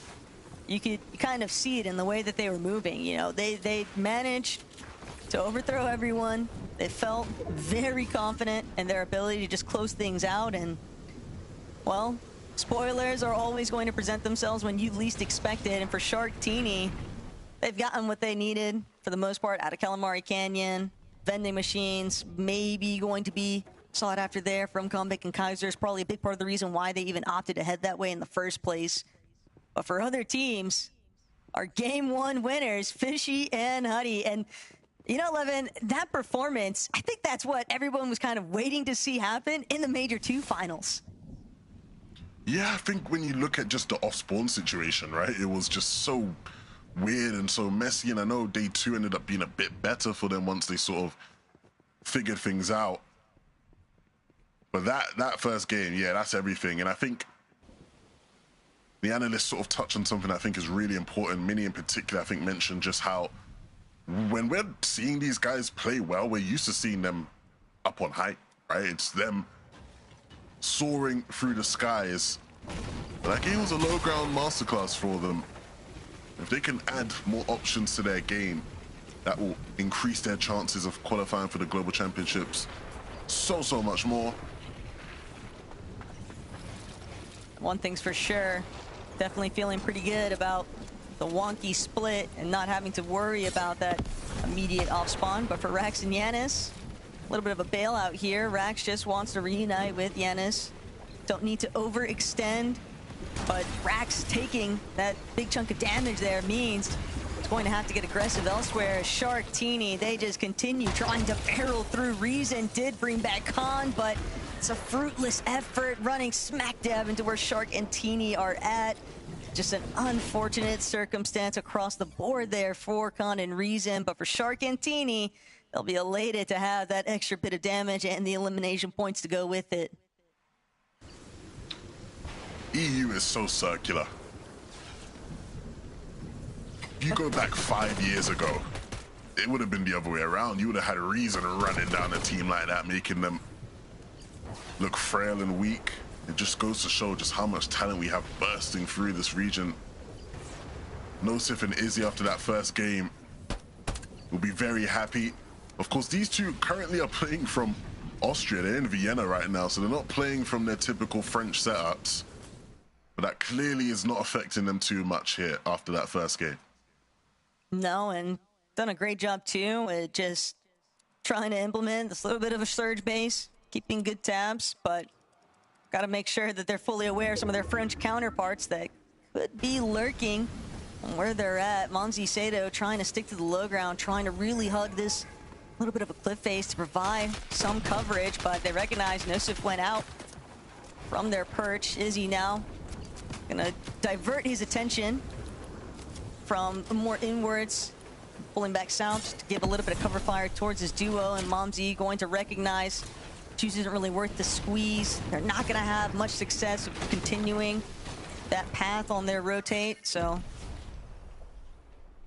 every second really counts in these types of circumstances. Really curious to see how that's going to impact Mumsy and Sato later on, because that backtrack could end up putting them in a much worse position later on down the line here. As Zengi and Gabix, another team, very similar thought. Just surge basing inside of the storm, trying to gauge whether or not they can get a little bit of additional damage. 228 is solid, but you always want somewhere around that 300 to 400 threshold, really, before you can feel solid, Levin. Yeah, of course, you need just that extra bit of a threshold. You need to account for the fact that on some of these later zones, as you rotate in, you are always just going to get tagged up a bit, right? Unless you choose to invest a lot of material. And so, yeah, you just want to give yourself that bit of a buffer. These two will be patient. They know they have the time. They have the map control. They can rotate into zone somewhat safely when the time comes, so it's worth it just staying a bit longer to get some extra damage. For Nova and Waza, one of those teams where you can see Surge already ticking away at their HP bars. Fortunately, they are sitting right on top of a vending machine, so not too rattled by it just yet. At the same time, though, As they continue to kind of scope out the perimeter, no one's really presenting themselves as any kind of opportunity. They've got a great position already, but they can't really expand upon it because they're just too fixated on trying to maintain their shields. Finally, wasn't gonna let it open, but immediately losing more HP than what he bargained for. Shield will be replenished. Firing in picks, a couple of tags in, just enough to put them right over that search threshold. And I could already mention they do have that vending to sort of recuperate what they'd lost, but still would have preferred for sure to just not have to go for that kind of exposure, especially knowing that they're going to have to continue looking for those additional shots. But for Dinas and Fernek, they're definitely sitting well above the search threshold, and this might be part of the reason why Nathan and Nebs just punished, looking to try and hold a separate team because they needed Surge. And instead, they just get turned on right away. Poor Nebs just, as a solo, do everything in his power to try and see this one through, but we know just how brutal it is when you are in a solo position this far away from placements also. It's just going to be quite a lot of willpower involved here. See how far you can really take it. Savage truly 93 above, trying to go for a bit of a wraparound here, but recognizing that they need to start utilizing some of these whites. Truly a little bit lower than what he intended to be on this initial approach, and Sky Scroll, not the team you want to see if you are a Savage and Truly fan currently, trying to create a little bit more spacing away from where they're at. Savage will invest some of their hard materials, but they are looking solid on their build count. The problem is, look how much they've invested, right? When it comes to materials, shields, whites. They're still not even in zone. Like, they still have to get to the safe zone, so not a great spot if you're a Mr. Savage fan. Sky and Scroll, though, I think are going to show us sort of how to do it, right? As far as how to make this rotation work. We saw them do this quite a bit in Grand. They're just going to tank here in the Storm a bit more, wrap around just a bit more, and when the time comes just to cut back into the safe zone, they will. And didn't use as many mats, won't use as many shields, and just a medkit popped each will be enough to put them in a really good spot moving forward in this game. Sky definitely wants that chance to heal, though, and he'll find it. He's going to forfeit that ultimate height, allow Flixie to take it just because he understands when to pick his battles. But with Sky and Scroll now back up and healthy, Truly Savage, unfortunately, might be finding themselves having to pick up where they last left off. Sky and Scroll have just been softly trailing them because of just, like you'd already highlighted, Levin, their excellent usage of movements and understanding when and where they need to invest for their builds. But for Doxy, losing Medius just now up against the likes of Savage and Truly, he's just a bit pinned down here. 349 up below. Not going to allow anyone to take over his builds. Quite a lot of material there. Don't know if anybody will realize it and be able to actually pick it up, though, from where he actually ran out. But Twy, Cringe, just holding strong, much more separated. Shep and Flixie again, still with the highest point of view. A little bit of punish there against Pablo and Chino, and it's going to force Chino to start make his way out. Will be forced to sit back, and this is the big reason why, though. Pablo needed that damage, but Chap immediately closing in before making their next move. There's a good frontside approach now out of Chap and Flixie, who already have 6 eliminations, by the way, just in case you were wondering. These guys have definitely been getting active here. 172 above, though, on the search threshold, and they recognize Deemish Darm trying to take over the high ground position because they wanted to make that next move towards that front side. But Chap, Flixie looking back steadily, trying to see if they can get any additional damage here. But they know they don't want to spend too much time behind where the rest of the pack is moving. Sky Scroll, though, it's almost like calm before the storm. You can tell that they are really waiting for the perfect opportunity to take over that frontside low position, as Izzy and Nosif resuming where we last left off. Obviously having to get a little bit more involved with where the rest of these teams are at, but still a bit isolated in comparison to some of this lobby congestion. Izzy looking down now, doesn't get the opportunity though to try and take out Finchick. Pixie and Swizzy also rather isolated too, but Savage truly, clock's ticking. They need more damage, only 20 above currently, and so many teams just hopping straight into the rift, trying to see just how long they can delay, but with everyone kind of just hovering overhead, Height is going to be a mess in a moment. This is not a game I was expecting to see. It looks almost a bit like some of the reload games we've watched this year, Taco. Half the lobby in the skies. And like you rightfully said, it means the initial drop down is so chaotic where everybody chooses to land. Becomes so awkward if you are one of those teams on Height. You gotta make sure you've been hitting the practice correctly. And look who comes out on top of it. It's Malabuka and Vico, our Summit champions, who you have to say had quite a disappointing Major 2 final. And maybe this is their chance to remind everybody of who they are. One thing's for sure, ever since Major 2 finals concluded, Vico has been on the grind. And you have to remember, they are another one of those duos out there in Austria currently. So it'll be interesting to see just how far they actually plan on taking this from the high ground. But Teeny, no shark, means that he'll be left to do it all by himself. He's got a tarp, he's got a frag, and he's got to create some space. But he does find a little bit of wiggle room here, trying to get some tags in onto Swizzy, but Swizzy just doing an excellent job holding his walls. He's also still got his duo Pixie to work with. Kaiser's immediately collected. Teams that are starting to trickle in a little bit after the fact being punished by the duo on Height, because Vico and Malabuka are not letting anyone cross over without having to take in some additional damage here. But Mr. Savage, 0 builds remaining, trying to collect whatever he can find, whether it's a tree that he has to chomp at the final seconds here. Fortunately for Savage, the zone pulling it away, where he can look back, trying to get whatever damage he can. He needs somebody to go down to one of these shotgun bumps, but it's just not unfolding in his favor. Huddy and Fishy, though, you would think that they've taken the Sky and Scroll masterclass, because these guys doing what they can to hold it down. Huddy's not going to be able to stay strong, though. Fishy immediately trying to see if he can counteract it, but ultimately he'll have to leave his duo behind here because Twy has played spoiler. Fishy still trying to close in. Fishy does get the better end of that exchange. The Siphon will take over. Savage still hoping to have a very similar fate here. The backside of zone, though, things are going to be so complicated. Doesn't get the chance to actually try and close in on Akira. Knows that there's a player on his wall, but he can't actually break through. And by the time he gets it, he's brought down for it. As now only Vico and Malabuka, seemingly one of the only healthy duos in this lobby, while Fishy just continues trying to see how many more placement points he can rack up. Fishy, he's done well up to this point, but a tough task ahead. This zone is so awkward with the mountain in the way. He's gonna get stuck below. We're seeing that same fate for others. Firing, Falls, Gabix will quickly follow.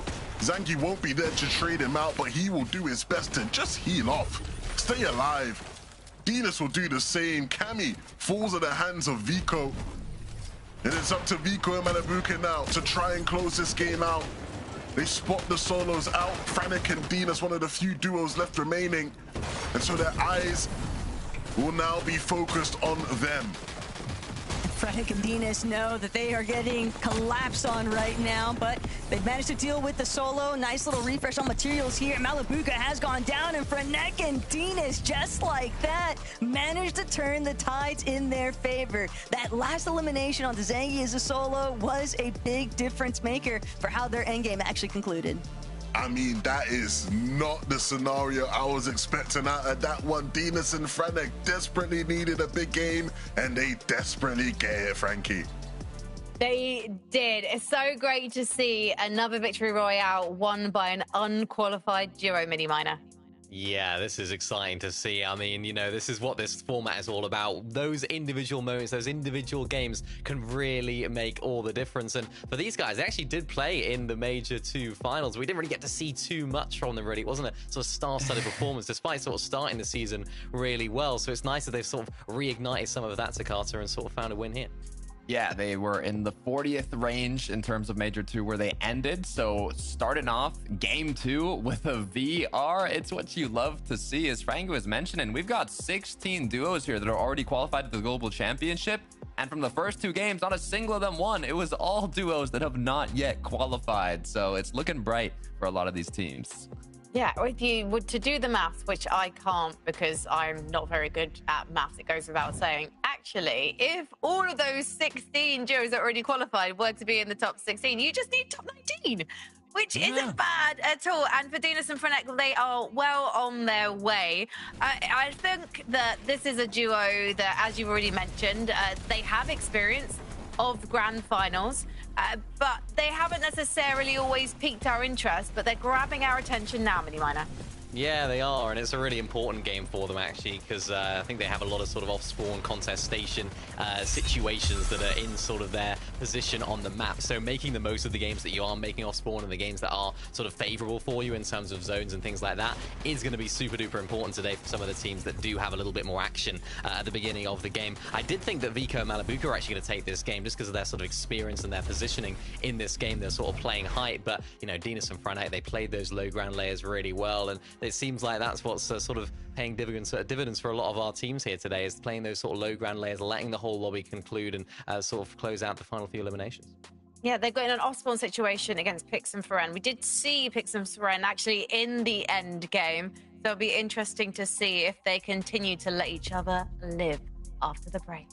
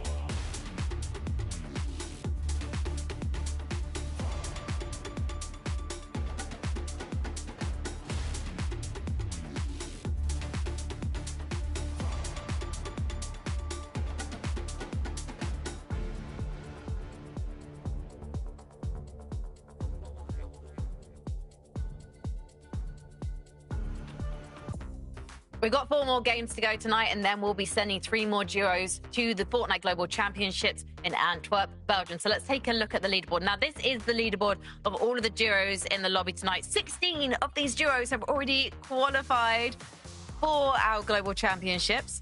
But let's talk about one of those duos first of all, because Vico Malibuca, you'll see them in 10th. They've gone up a whopping 40 places, nearly scaling the heights of the leaderboard as they did on the high ground in Game 2, Jakarta.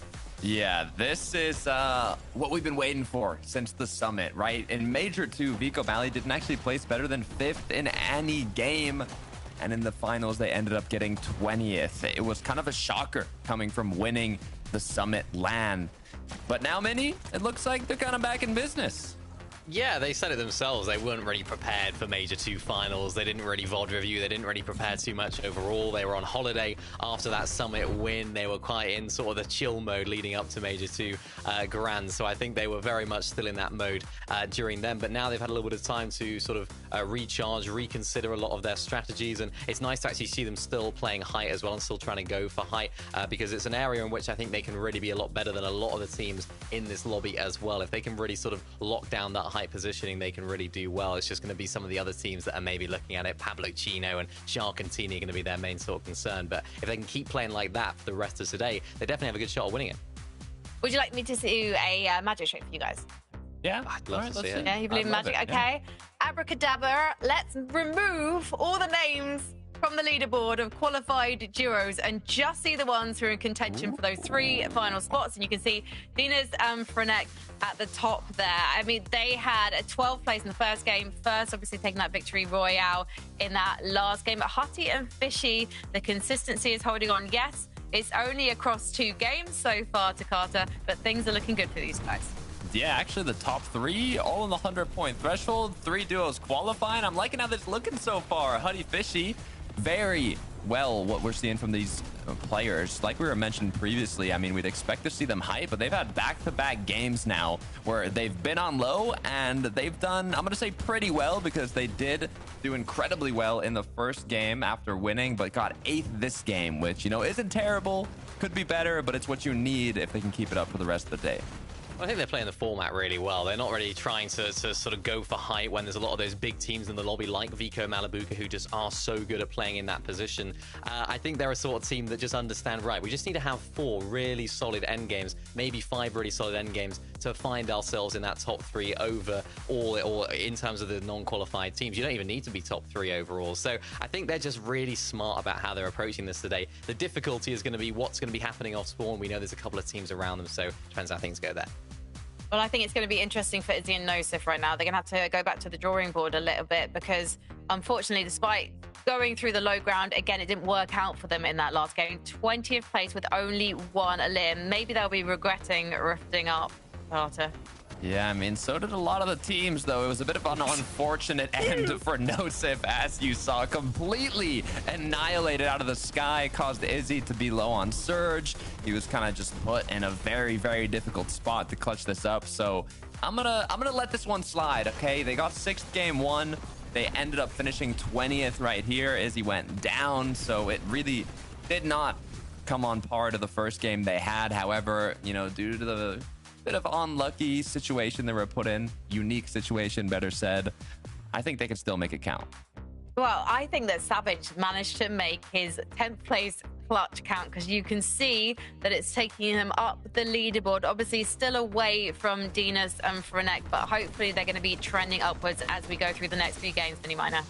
Yeah, it's going to be interesting to see actually how they approach today and how they sort of continue to move through these games, because a big problem that they sort of had throughout this season was just relying too much on solo clutch. You see Truly here going down. Savage needed to do it yet again, and it's like they can't keep relying on solo clutches to make things work. Thinking beyond this, even if they do qualify through, when it comes to the Global Championships, you cannot just rely on solo clutches, I suppose, unless your name is Sky and Scroll and Pollo. So it's like, that's the difficulty for them right now. Can they keep making these end games as a duo? If they can, that's going to be the way they can propel themselves into that top 3, but it's difficult because they've got to solve problems that have sort of haunted them throughout the entire season in the next 4 games, so it's not going to be easy.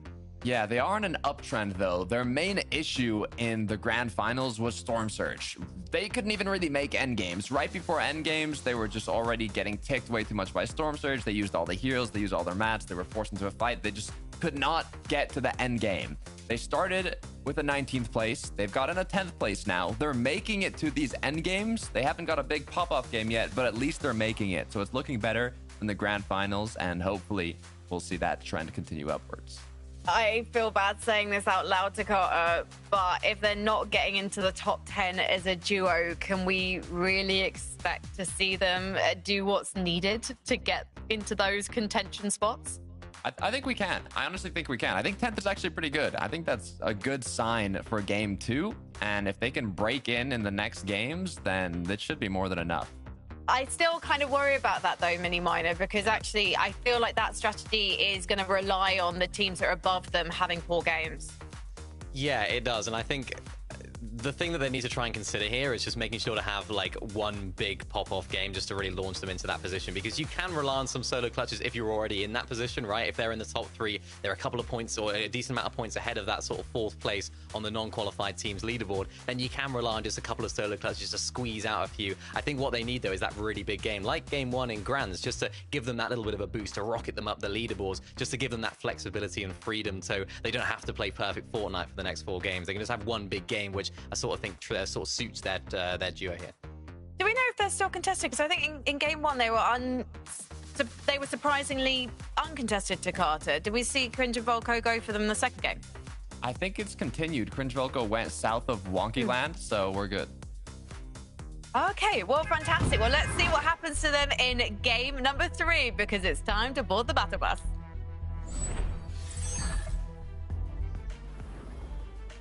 Hey, if you aren't Dinas Frenek, Huddy Fishy, or Zangy and Gabix, the race is on. Right now, that is the cutoff metric for qualification towards that global championship. And for everyone else in this lobby, it's all about playing catch up to where these guys are at. And it starts with getting off on the right foot from the get-go. As Yanis, Rex, in a bit of a pickle here now. Yanis going to get caught in the crossfire even. No options to escape. So it's all down to Rex.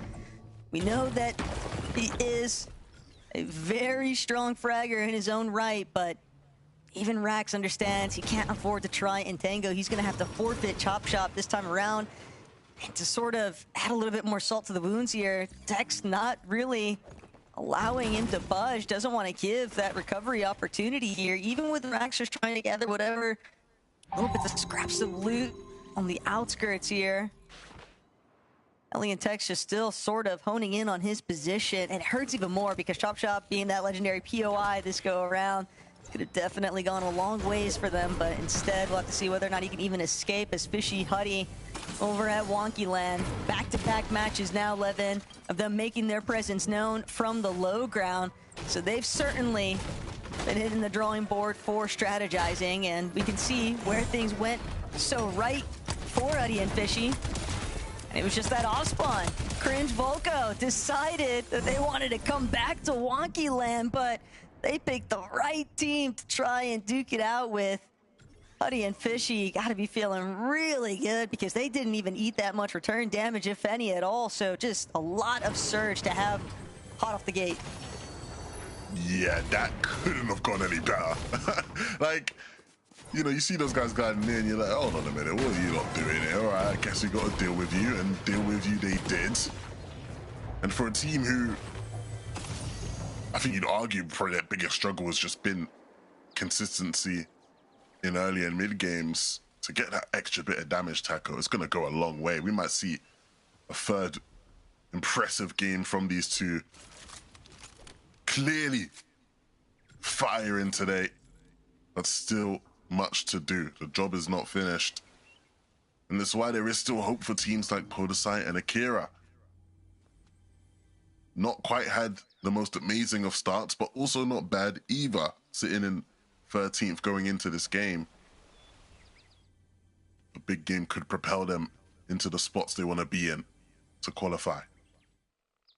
Yeah, it's still early enough, since we are just now approaching that halfway metric for today's competition, that if they are able to net just a solid endgame placement, maybe a handful of eliminations to go with it, they can just catapult themselves right up that leaderboard to being in much better spot for contention here, but for Strap Skrill, they're gonna have to deal with the likes of Jake Buka. Skrill, though, opening up, immediately eating some damage. Wasn't able to get the shot in that he'd been hoping for, as Kovacs and Jake Buka have done a great job of not only getting their surge in, but just creating a little bit of distance here now, because Skrill and Strap, they'll have to divert some of their attention over towards Lucky Diaria and Sake, who have started closing in. We knew that this part of the map was going to be very active throughout the course of today's games, but fact of the matter is, Jake Luka Kovacs, they want nothing more to do with it. They're going to forfeit Birders Beach and get out of Dodge while they still have a chance to. Skrill, on the other hand, just got to fight for his own life here, but Sake and Lucky, they're just so incredibly low. Arya doing what he can to just try and get a little bit of a recovery point off the Chug Jug, but Strap from overhead, you can see he doesn't have any material to work with, so he cannot afford to get up close and personal. Doesn't want to find himself eliminated in such a crucial moment for this competition, because this is where things really start to build up gaps between teams that have already been having success here today. Then you're hoping that they just don't have a solid performance, but even then you're still just forced to try and play catch up. And for Sake and Ari, they've just been having a very difficult time with faring against so many teams.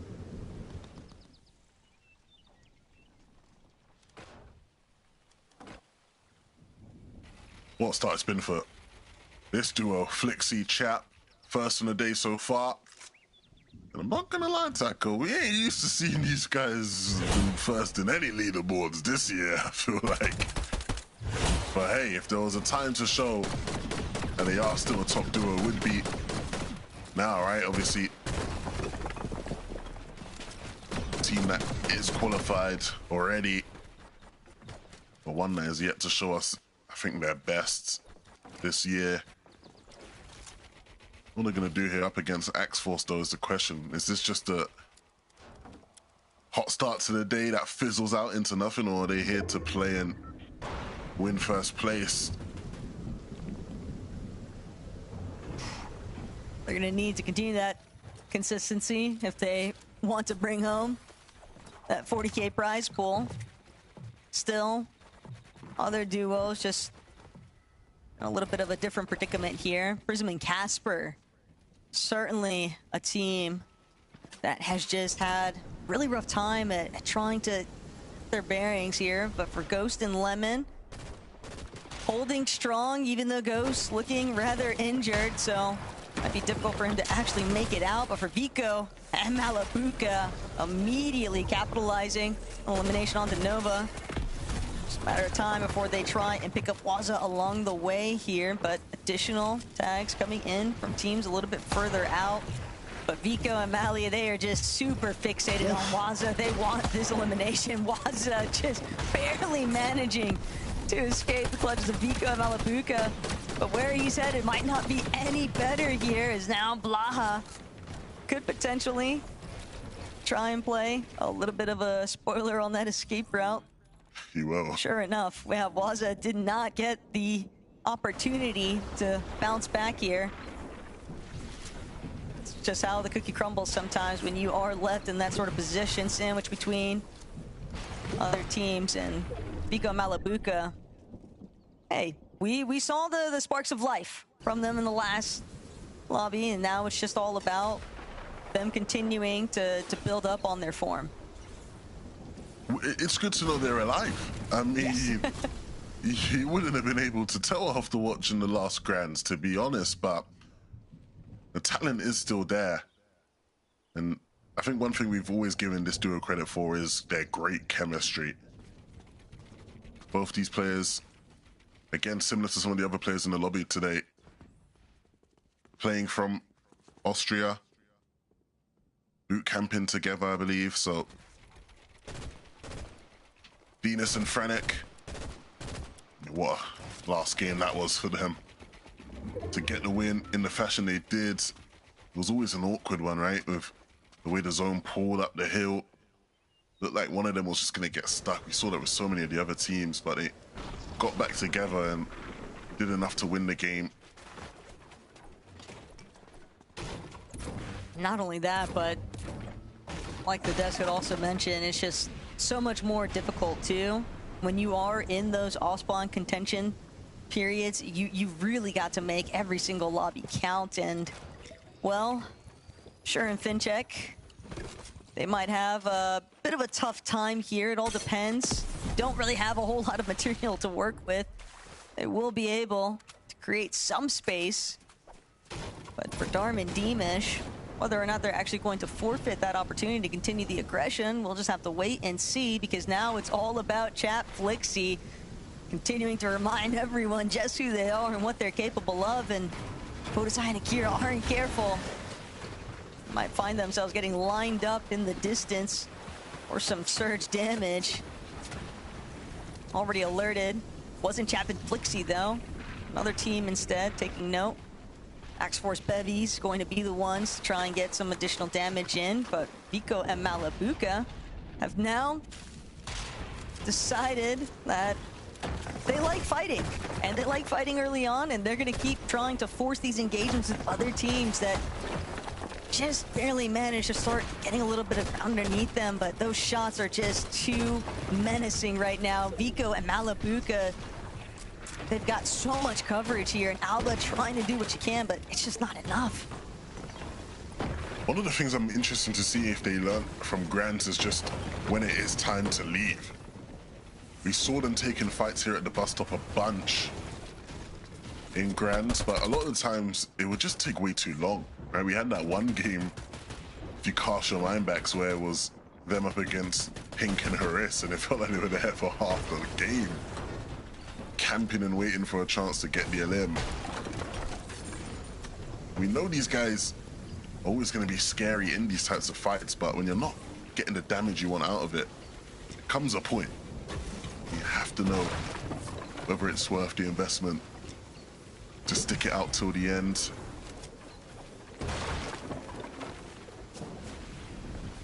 The way that they're Seems like lurking they might have about, yeah, I really think that they contemplated it, they thought maybe, but they realized it's just nothing really to get after the fact.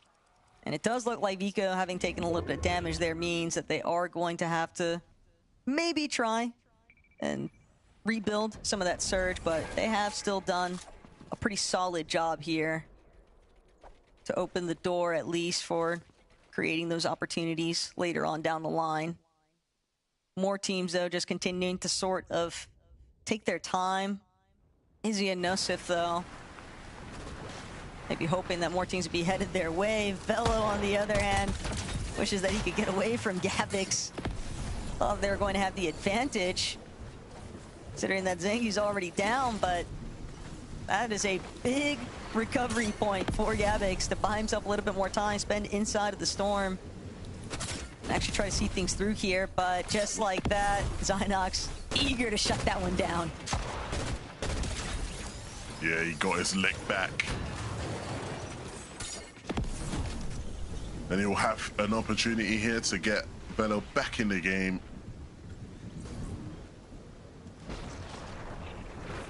Oof. What do we have here? Banya, maybe an easy damage opportunity if he can get there in time, but nothing in life ever comes easy. He will take some damage himself. Who even shot him there? It might have been one of the teams still hanging out at Cluster Coast. Cluster? Wow. Which, What an angle.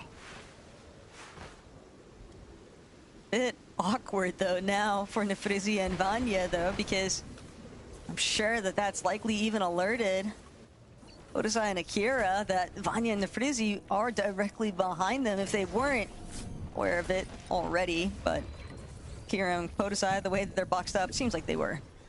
Well, honestly, I think what matters for them is just whether or not they're above or below on Surge, really, because the position is not a bad one whatsoever. But of course, if they're down on Surge, then I'd say it's not the best of spots to be in. So that's a real important factor for those two. Matisse and Doom barely above. But some opportunities for damage here, Taco. I think if you are patient here in the spot, just on top of this hill here. I think they'll be able to get a couple tags out of it. Flixie Chap, though, not looking for tags. They've gotten their damage out of this one. And now it's just about moving right back into the zone. Let's take a look at how Flixie racked up some of these limbs. Pickaxing his way through straight into the box. I've never seen a more Flixie elimination. Jumps right in with 2 players waiting, still comes out on top. That confidence, though, you can tell that Chap and Flixie are really feeling themselves right now, and I can't blame him when he's able to secure shots like that. Tough break, though, for Khan and Reason. Don't know how long they were waiting around for an opportunity, but yeah, just a really tough spot to be in. Zynox and Velo, though, Ari held at bay, and this might even become one of those, if it's not me, it won't be you either circumstances here. The way that Ari is just continuing to try and apply a little bit of additional damage, but Velo, Zynox, they've got the positional advantage. They're the ones who are looking back, continuing to get those tags in, and now Hari underneath the search threshold won't get a chance. He'll be brought down. So Velo and Zynox do end up profiting, and they know that they've got a clean move in, but a lot of time spent inside of the storm there for Zynox. Storm Sickness could pose a bit of a threat for that duo later on down the line. Savage and Truly, though, they get a zone pull over towards Shaken. Levin, this is the game where if you're talking about pop-offs, we're going to need to see it out of these two because the gap is growing. You know I'm on the Mr. Savage train. You know, I'm there. I'm supporting my boy Truly as well. Big fan. If we cut back to them in a couple zones and one of them is solo, I'm done. I'm off the train. I'm out of it. I'm gone. Everything looks set up here for them to have a great game as a duo, and so we want to see that happen. If they can't make it happen here at the halfway point, I think it'll be very telling for their signs moving forward. Of course, I know Savage is having some technical issues, but nevertheless, the lobby continues. Franek and Dinas are perfect examples of that. They sit in a great spot, racking up damage to continue what's been a great start to the day. But Tackle, there's still so many big name players in this lobby, players who were the main protagonists of the Major 2 finals that haven't quite made their mark on this lobby yet. So we'll see if this is the game for it to happen.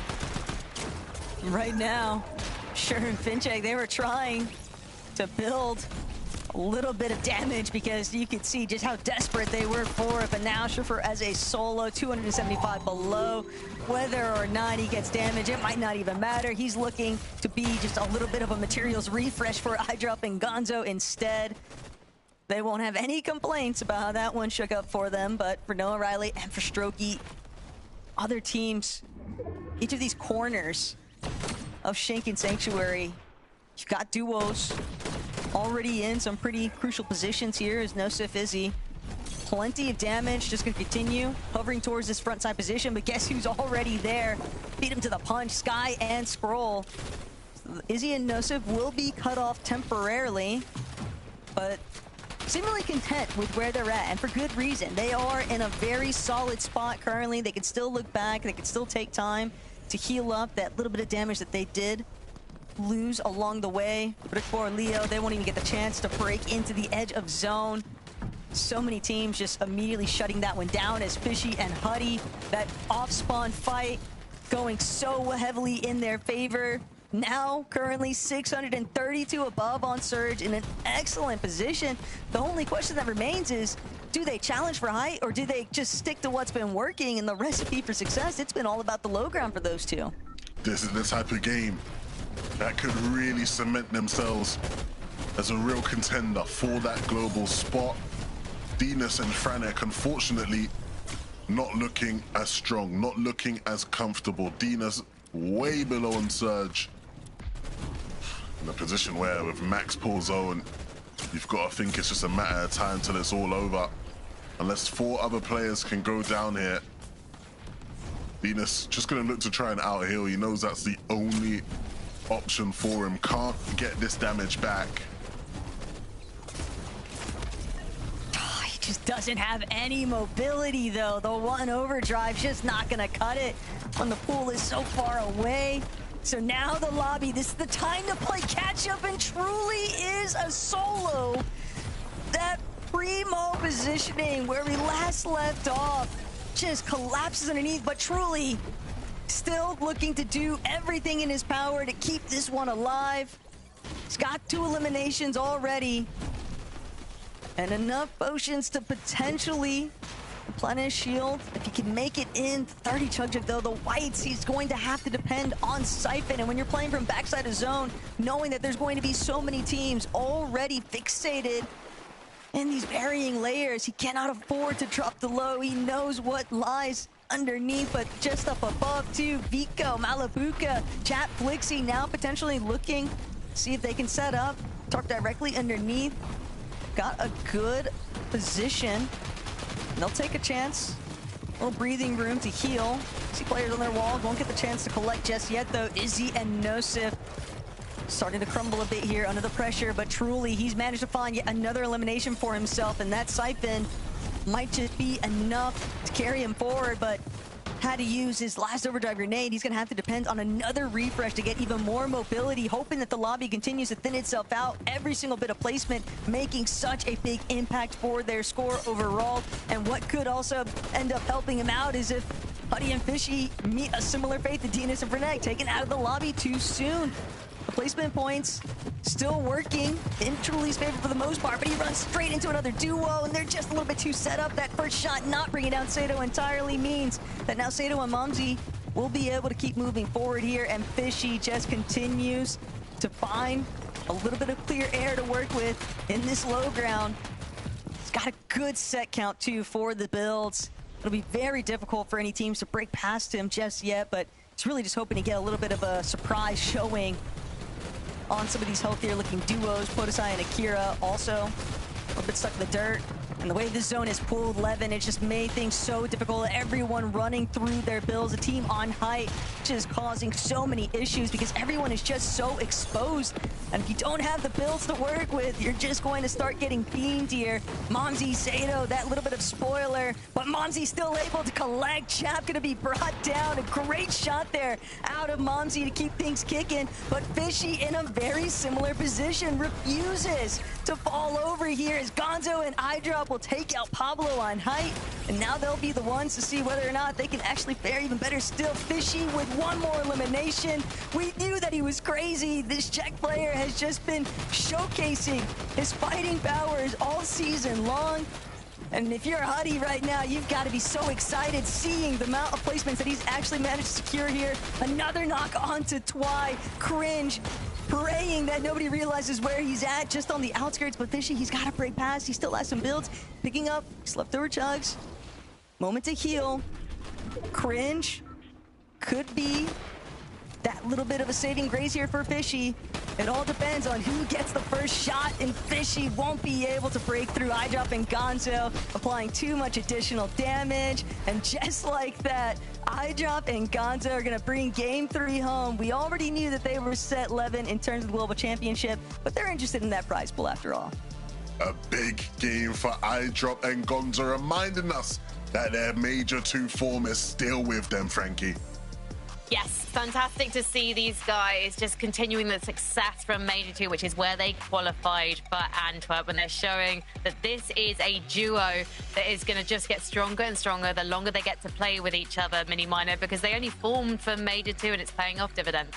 Yeah, really excited to see how these guys now sort of keep going on throughout today, and of course the Global Championships. I think a lot of people, myself included, were sort of surprised just at how well they did in those Major 2 finals. I didn't expect big things from them, of course. When iDrop played with Marius at the Summit, didn't go so great there. It was like, is this not necessarily the duo sort of concoction, if you like, that you'd maybe expect to have fireworks? But so far this season has been incredible for them. And of course, now leading up to Globals to Carter, if they can continue that momentum going through, that'll be really good for them.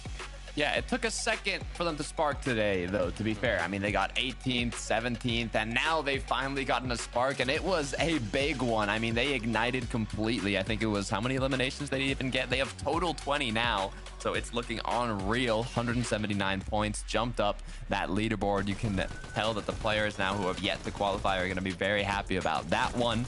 But they basically controlled height from when Vico Malabuka lost it for the rest of the match. Yeah, they did. And of course, remember, they started the Major 2 finals really well. I think day one was just an incredible day for them. I think they were sort of top 3 after that first day. And then things just sort of tapered off throughout the rest of the weekend. That day 2 performance was not so great for them. So on this sort of more smaller scale, can they now sort of fix a lot of those mistakes maybe they had in day 2 of grand finals to now have a strong finish here today? There's a couple of things I love about this duo. The first thing being, when we do see them get to the end games, Gonzo is just tearing through the lobby and getting those all-important extra elimination points. The other thing is, Gonzo is this newer Danish player, and him and iDrop, they've had this friendship that's gone back a while, but they haven't been competing together previously because always Pappy, the mental coach, decided that Gonzo wasn't ready. This is the conversation I had with him earlier in the week. And then going into Major 2, he said, okay, I'm ready to take you on as someone that I want to help because you have potential. I'm going to finally let you play with iDrop. And now we're seeing the results. And we'll be talking about where our other duos place after this break.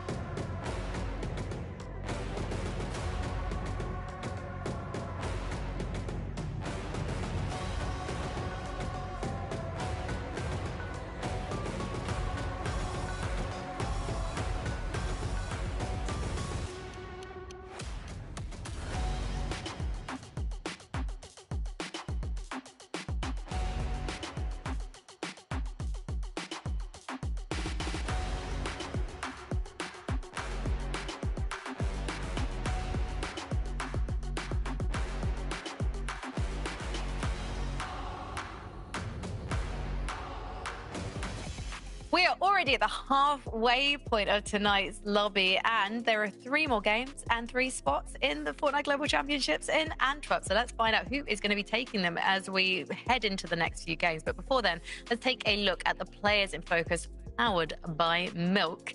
These are the individuals who are really putting up godlike numbers like Chap, Mini Miner. Yeah, this is great. This is nice to see. I feel like we haven't seen this level of gameplay from Chap since maybe mid-Chapter 5 when he was sort of playing with Teeny in duos. He was sort of one of the best fraggers in the region, just looking really, really strong. We just didn't get to see the best of him in trios, I feel like, maybe overshadowed a little bit in his teams that he was playing with. But yeah, this is nice to see. It's nice to see sort of him having a bit of a resurgence here as well to Carter. Nice solo clutch points, of course, as well. Good amount of damage dealt, of course, from Fishy as well there in that last game. I'm sure that would have had an impact. Yeah, it's pretty. I just get so nostalgic whenever we talk about like the Chapantini days. They were just like, just one of my favorite eras of Fortnite. Let's bring up the leaderboard though before I get all misty-eyed, because I'm excited, guys. I'm excited for the competition. This is the overall leaderboard, so this does include the duos who've already qualified, because there's 40k on the line for whoever wins the lobby tonight. And actually, Hutty and Fishy, they're not just dominating the non-qualified players leaderboard, they're also dominating the overall leaderboard, Takata. How crazy would that be? Not only passing all the 16 duos that are already qualified to globals, but also qualifying yourself in first place. Hutty, Fishy are playing the tournament of their lives right now. This is what I was hoping for in Major 2. I was really hyping them up before it started. I was ready to see what they were capable of when they weren't going to be shadowed at Wonky Land by Sharkantini, and this is more what I was expecting from them. So to see them perform so well now, they've gotten top 10 every single game. First, a third, mini. It's what you love to see.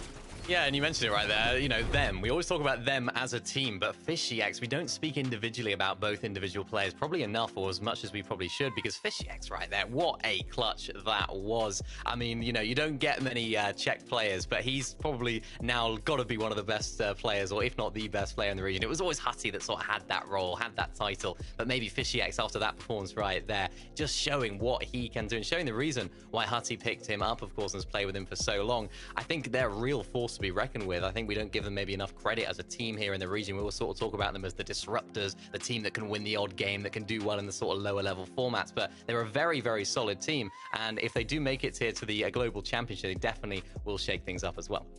But let's take a look at the non-qualified players leaderboard. We know Hutty and Fishx are at the top of it.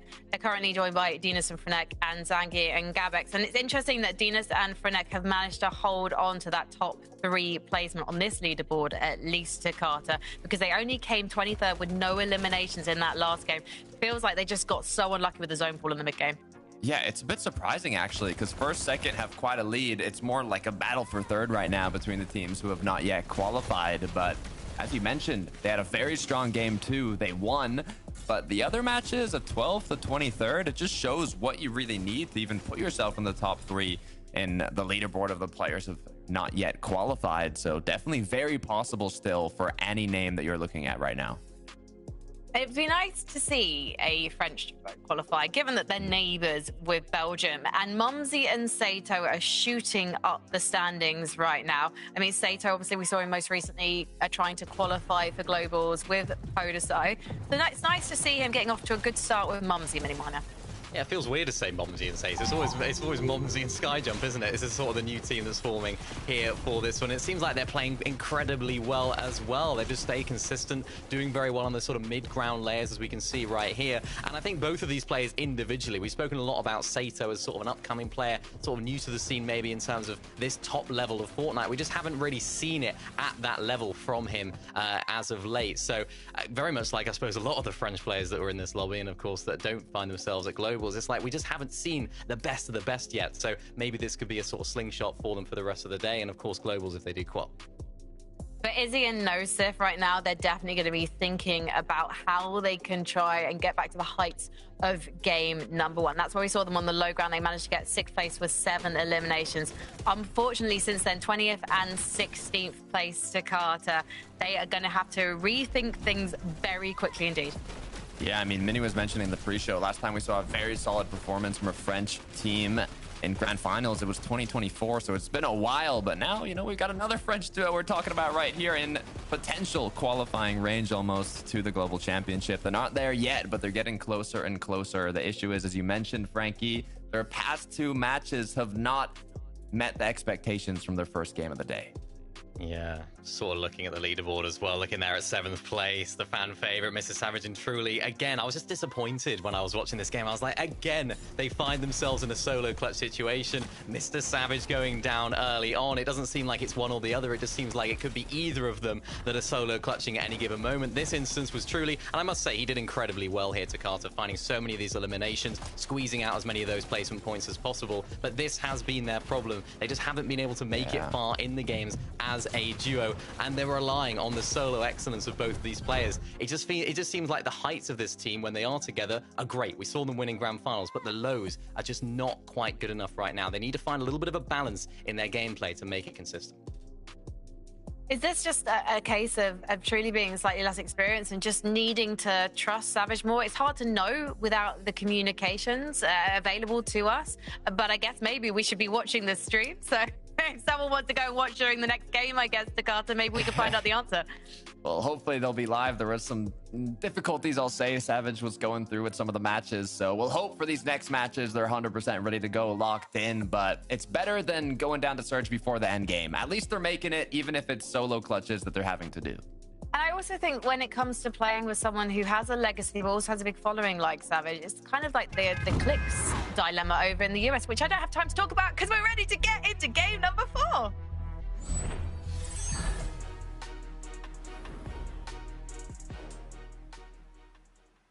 We are past the halfway mark. Game number 4 is here. And once more, we answer the question, who will be the final group of teams to qualify to the Global Championships and represent EU? But who will win off spawn is the immediate question. And we see a trade here for Yanis Rax. But will they be able to close things out? Tex scurrying away. The SMG5 from Yanis, just forcing both players here to potentially look for the res. I mean, Rax will be picked up.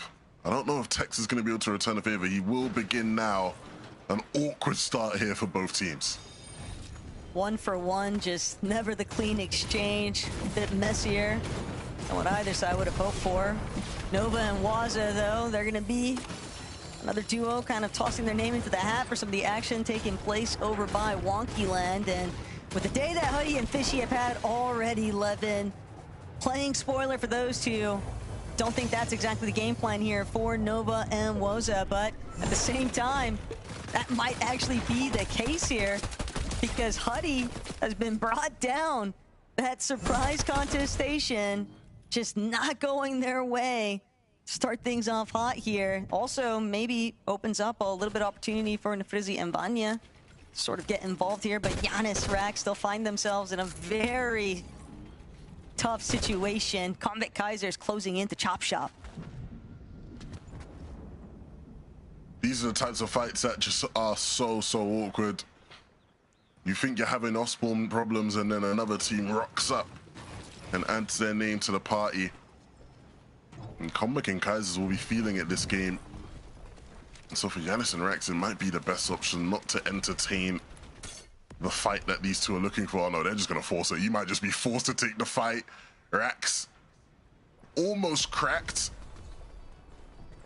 Will recover, and okay, Kaisers and Comeback won't fully jump in, but for a moment there, Taka, I thought it was about to get scrappy.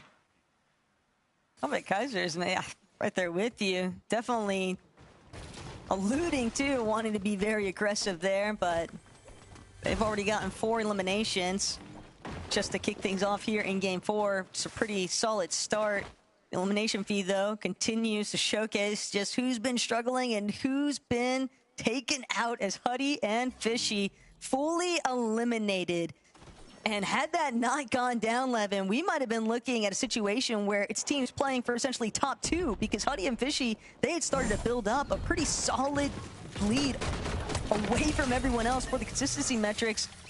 But Chino and Pablo, certainly one of the teams that all of these duos who don't have that qualification spot just yet for the Global Championship, they're going to want to see a lot of success coming out of those qualified teams because that just makes it one step easier, a little bit of roll down positioning, and all the more opportunity to potentially get one of those 3 spots.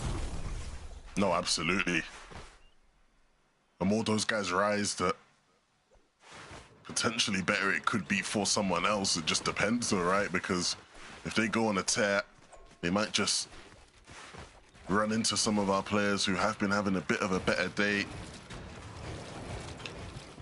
Cringe and Twi, a team that I'm very curious to see how they get on at the Global Championships. Of course, here today, not been as impressive as they were on day one of Grands. I think so much has been learned for that duo. Thomas, Focus, another team again who maybe I was probably expecting them to have a bit of a hotter start to the proceedings today. And they're up against a very hungry Ghost and Lemon, but unfortunately Ghost goes down, and so Lemon in a 1v2, what are we reckoning? You think he's got this 1v2? If he can get one of anything in this kind of position up against the likes of Thomas and Focus, that might be a big enough accomplishment here for the mental at least. But Lemon, for what it's worth, I mean, they're giving him the one. it's not even that. He's getting tagged though from a distance, and Lemon doesn't even get the chance. Kiro intervening. Despite the fact that Focus and Thomas were cool to let the ISO take place, they still can't deal with the fact that another duo just swooped in, stolen that elimination away from them right on their noses. Fado, Momsy, though, they've got Howley. Might have even taken out Lucia already, given that Sato has 2 eliminations, but this is usually the turning point of a 6-game format. Game number 4, teams have already sort of been hit with a dose of reality after that halfway segment in game 3. So now it's now or never, essentially. They are just going to be sending Hail Marys every which way to try and put themselves into a fighting position for one of those 3 qualification spots. But that just makes the game so much more unpredictable, because teams are just recklessly throwing themselves into any sort of fight if they feel like it's going to net them even the slightest bit of an advantage here. No, absolutely. I think things are going to start to get intense. So much on the line. So many players fighting for these spots. I'm actually kind of jealous of the analysts of that leaderboard they had. I ain't got that tech, you know. Fortnite track ain't got all that. So I might need one of those just to see again who is in contention as far as the global spots go. When you have a lobby filled with so many players already playing for, you know, just the money because they've made their globals qualification. A lot of the times it comes down to conditioning. It comes down to trying to stop some of these teams who you know are good that land around you from qualifying. Look, one thing I'm going to say, and maybe people won't like this, right? The EU players, we're very confident in our region, right? We know the talent within EU. A lot of these guys would rather it be a team from, you know, Asia or Middle East landing near them than another EU team. If you ask them, they're going to tell you, yeah, I'd rather not have another EU team near me, you know? And so they'll do anything to stop some of those teams from landing and qualifying for globals if it comes down to it. And so if you're one of these teams, if you're a Nosif and Izzy, you want to get the job done, you know, sooner rather than later, right? You don't want to be in a position where that could be a problem for you. Rickball, Leo need to do so much in these last couple games to be able to push themselves back into contention. Akira, though, on the back foot. This isn't good whatsoever. Especially not with Chap and Flixie being the ones to aggress, because they've got absolutely nothing to lose, all the time in the world to work with, and Akira is going to be brought down. Podesai have to see just where exactly he's ended up, but just so split, no real way to try and back up his teammate. And not only that, but he's a sitting duck here essentially at Golden Grove. He won't really have a great opportunity to try and escape and even look for a reboot, because on his way out, we saw his other team sort of lining up in the area around him. X-Force Bevies, though, don't catch a glimpse of him just yet, so he does manage to skirt on by. He's able to get that reboot off onto Akira. Could be enough to revitalize that duo, but they are just so close, Lev. Heading into this lobby, with Huddy and Fishy having been eliminated, teams are looking at Dinas and Fernek, Zengi, and Gabix to be the next to fall if they want the best odds of overtaking their position on that qualification metric. But when you've got duos like iDrop and Gonzo sitting it out at the teleporters, the game just gets all the more scary. You start to play a little bit of evil Fortnite horror game edition. Yeah, after that last game as well, they'll be looking to keep the climb going. Win would not be bad for them whatsoever. Yeah, we saw them playing this way a lot throughout Grands anyway, and so we'll see how many people have been prepping and VOD reviewing for today, expecting that. You're always going to expect someone in the teleporters. That's always the risk you take. Podesai, though, will continue his odyssey. It's just not looking good. Every time we see him, it looks like he's just going to run into someone else that will steer him off course. Should be able to get his duo back in the game, but where that leads them moving forward will be quite the precarious situation.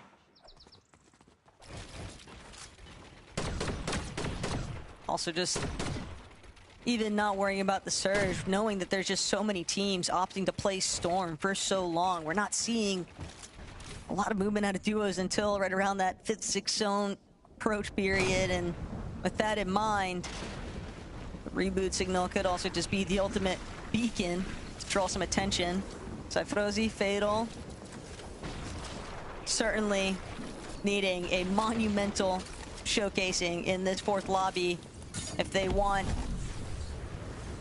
to keep it a bit more realistic in terms of qualification metrics, because there are just too many other duos already so much further ahead on the leaderboard that are fighting for those qualification spots. Jake Puka and Kovacs, though, won't be able to find any additional eliminations here, and Podesai on the run currently from Skrill and Strap. He's been going as far outskirts of the map as he can think, just to try and have that opportunity to bring back Akira, but almost seems like he's just delaying the inevitable at this point, Levin, because even if he does manage to make that reboot play, how far away from the zone are they going to be in comparison to everyone else making it into the edge? He's just going to have to worry constantly about getting beamed, and their loadouts are just grim. They have to farm, they've got to do everything to bring this one back. Yeah, Podesai's already tanked so much Storm. It's really looking quite dire for them. At this point in the game, you sort of do everything you need to do, right, as far as get a loadout, loot up, but you're really just hoping and praying. No riding for Strokey. This is about as free as it's going to get for them, potentially, here today.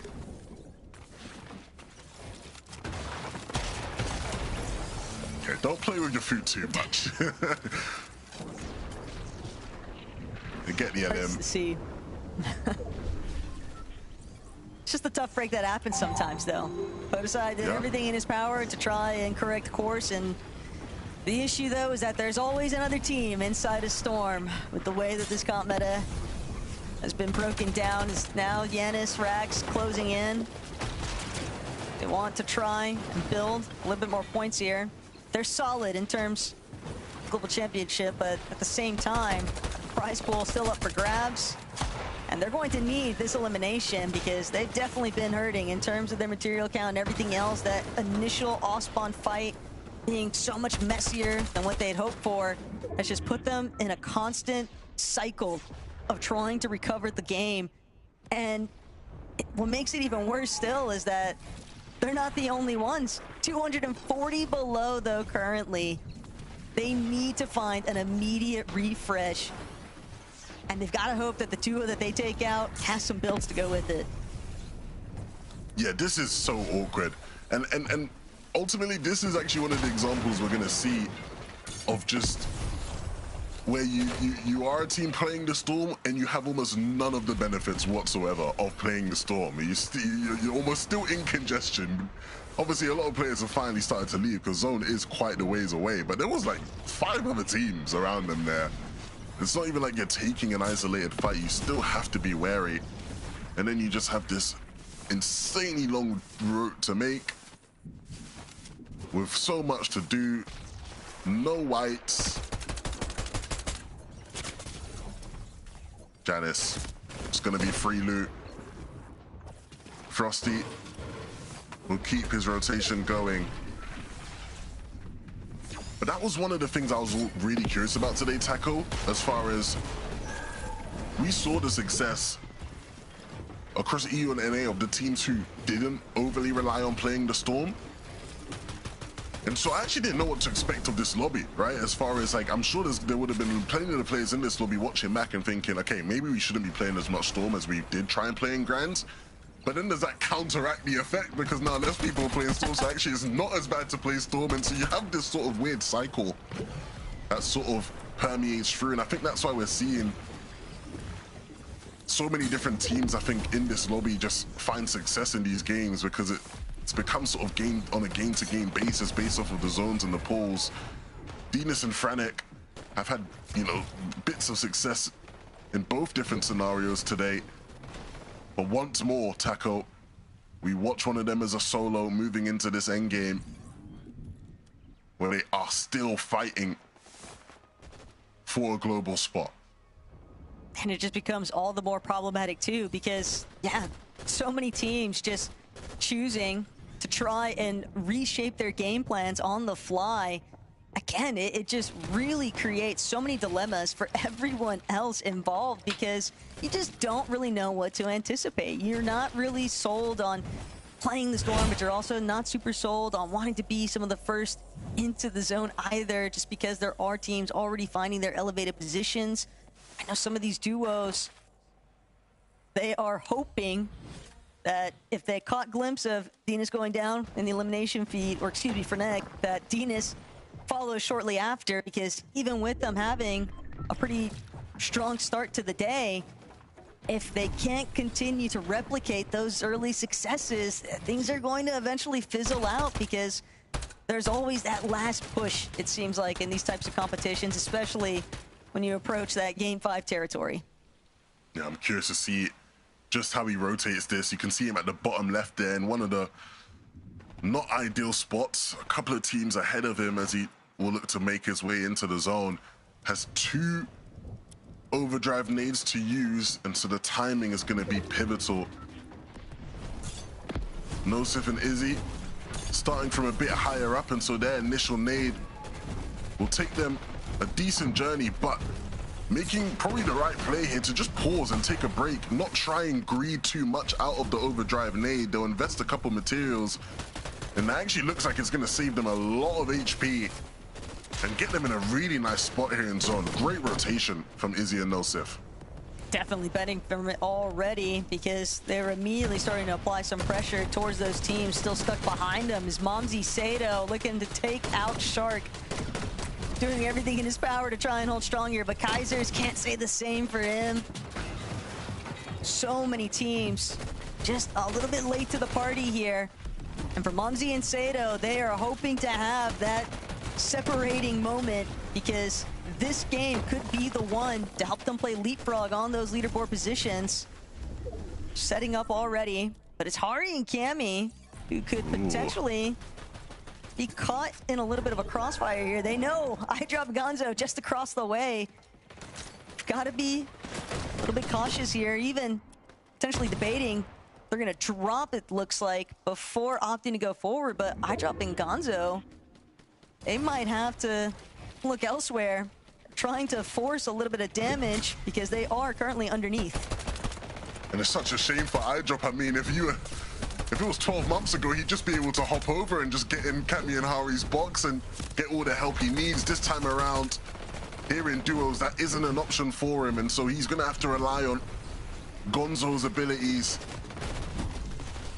Just enough to get above on Surge, but not the most comfortable positions for this duo, especially knowing that there will be so many more teams in this lobby looking to take it. Cammy and Hari sitting in a prime position to just completely snake height off of them, but there's also teams on the front side that looked primed to take it, like a Chap and Flixie. So the story and the journey and the battle for height will be one that continues here. Truly and Mr. Savage, though, will they actually have a journey as a duo is the question we've been trying to answer. And it might just be the game we get to see it from them, Taco. They just need to stay together. If they can do that much, we've seen what they're capable of in those final moments. But when you've got so many other duos sort of encroaching on these mid-tier layers, Sato, Momsy, doing a rather excellent job too at kind of wrapping Tank a little bit of that storm damage even. They've got the medkits to work with, so it won't hinder them too heavily, and they've claimed so much space already. They won't be able to find any knocks or eliminations just yet. Momsy still trying to ensure that they have any sort of opposing line of sights cut off here, but Chat, Flixie, you can smell the weakness on the high ground, and they're going to immediately launch themselves straight to the top of this lobby.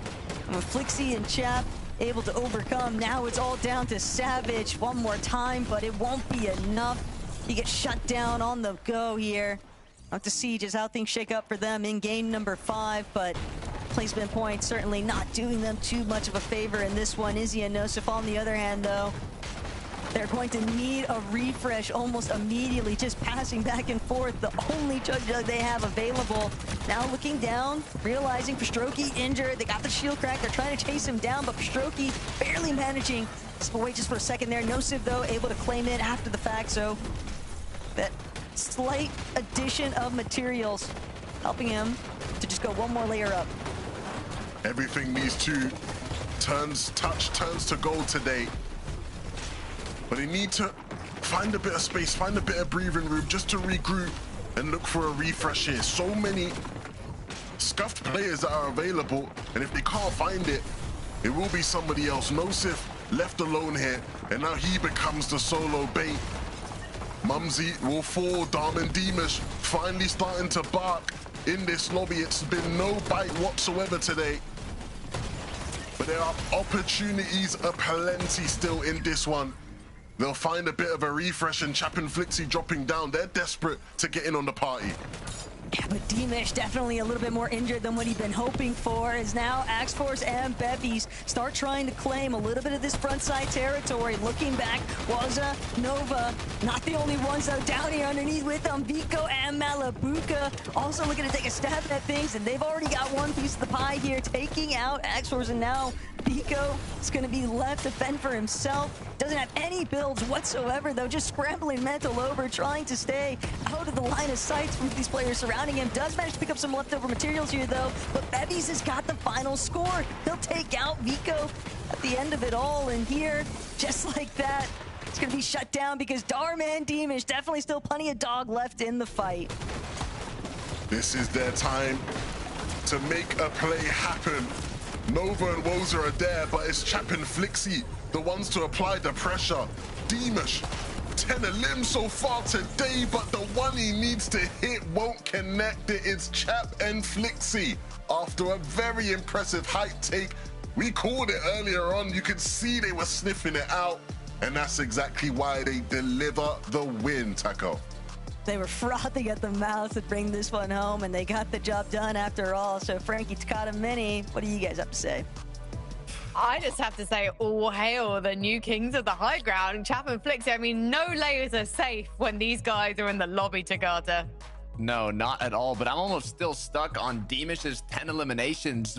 Going into this match, they had 3 total throughout every match. Deemish Darm combined had 3 eliminations, and just in that match, they got 10. Well, Deemish literally got 10, but Chap Flixie have been dominating throughout the whole day. I'm not surprised to see them win a match here as we get closer and closer to close it out. I mean, they're already qualified to globals, but they've just shown why they're deserving of it.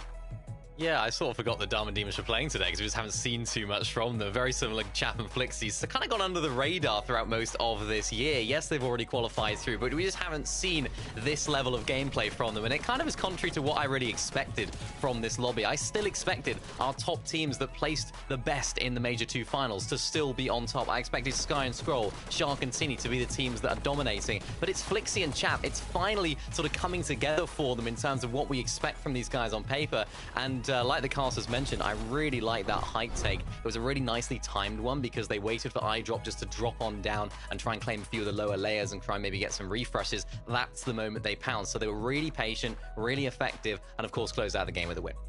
But it makes sense that these are two legacy players. They've played with some of the best IGLs in the game and now coming together with all of that knowledge and their mechanical skill. It's no wonder that they are managing to take so many lanes in the lobby tonight. We've got 2 more games heading your way, so don't go anywhere. We'll be right back.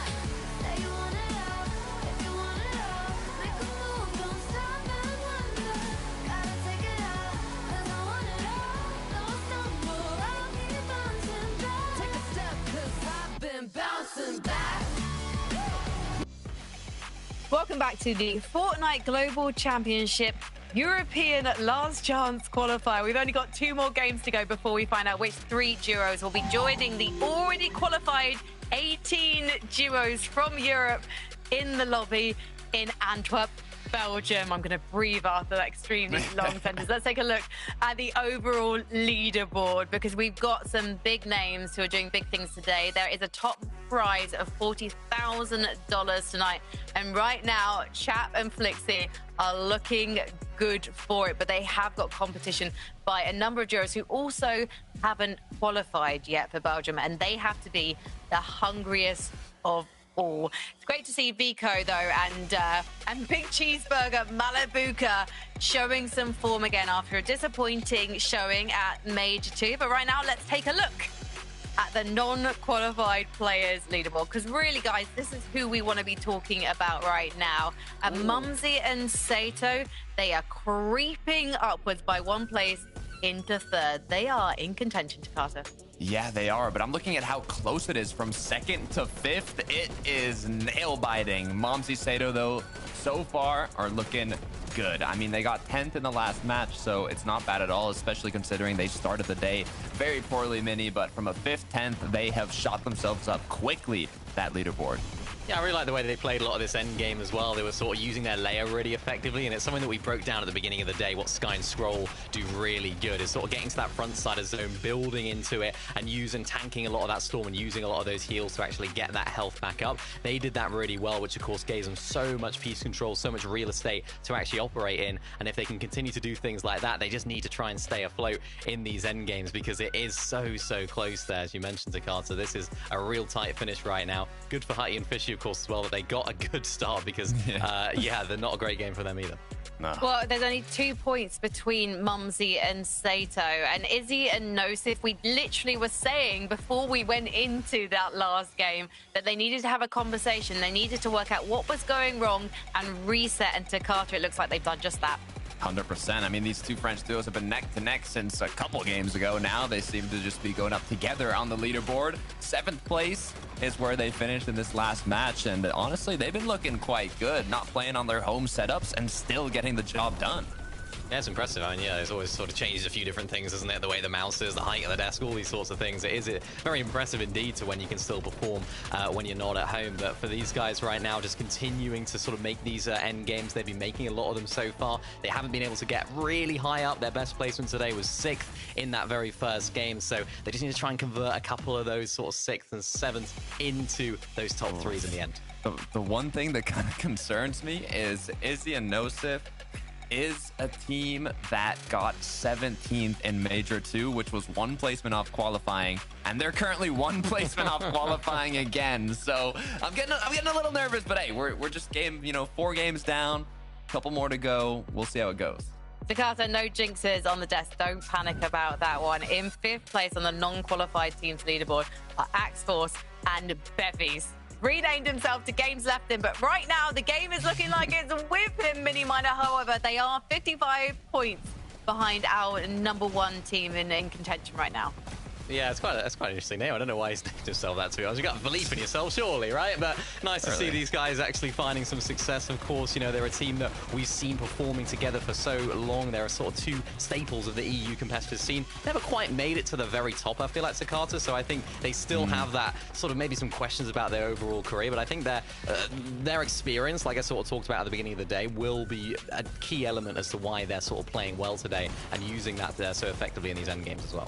Yeah, I mean, they've been around for an incredibly long time in EU competitive. And in terms of today, all they've been doing is going up and up and up. They started 22nd place, then 15th, 10th, 4th. If that trend continues, it's a top 3 next game. So it's what I'm waiting to see. We're waiting to see Savage and Truly really place well within the top 10 as well. The best they've managed so far is 10th place. Otherwise, they've been in the top 20. And again, we've got this issue that they're not managing to go the distance as a duo. They're relying on each other's individual skills to clutch things out to Carter, and it's just not enough to get them to Belgium. Yeah, what we said they needed to do is get a big game. They were making it to these end games, but they were solo clutching. They were not really getting as many points as they needed to qualify, but just kind of be in that range. And the issue is that's the exact same thing that's happened in this last match. They need to have a big game now, and they have 2 more chances to do it.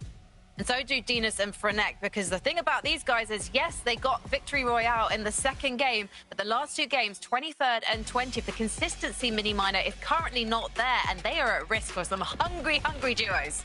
I mean, thank goodness they got the win, right? Where would they be placed if they didn't get that win? It's important to have these big pop-off games, but it's also important just to stay consistent in the other ones as well. You're not going to be able to win 6 games out of 6, but for these guys right now, it's just about trying to turn those 20th into sort of top 15s even will make a big difference as well. So they've really let things slip now in the last couple of games. It's maybe a few of those mid-game situations that they find themselves in. We spoke about it earlier, that sort of off-spawn contest station, difficult to navigate some of those areas as well. So I think for them, it's just about trying to make it to those end games more consistently, maybe looking at a different loop path and trying to adapt to the teams that are around them, because so far they're on a downward trend.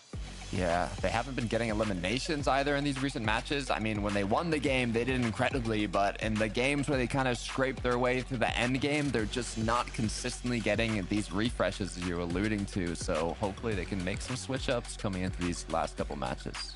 Is it important now, Mini Miner, for these teams to have a real balance when it comes to risk-taking in the end games? Because actually, yeah, you can get inside the top 10, but if you haven't got any eliminations, you might potentially not make it by a couple of points.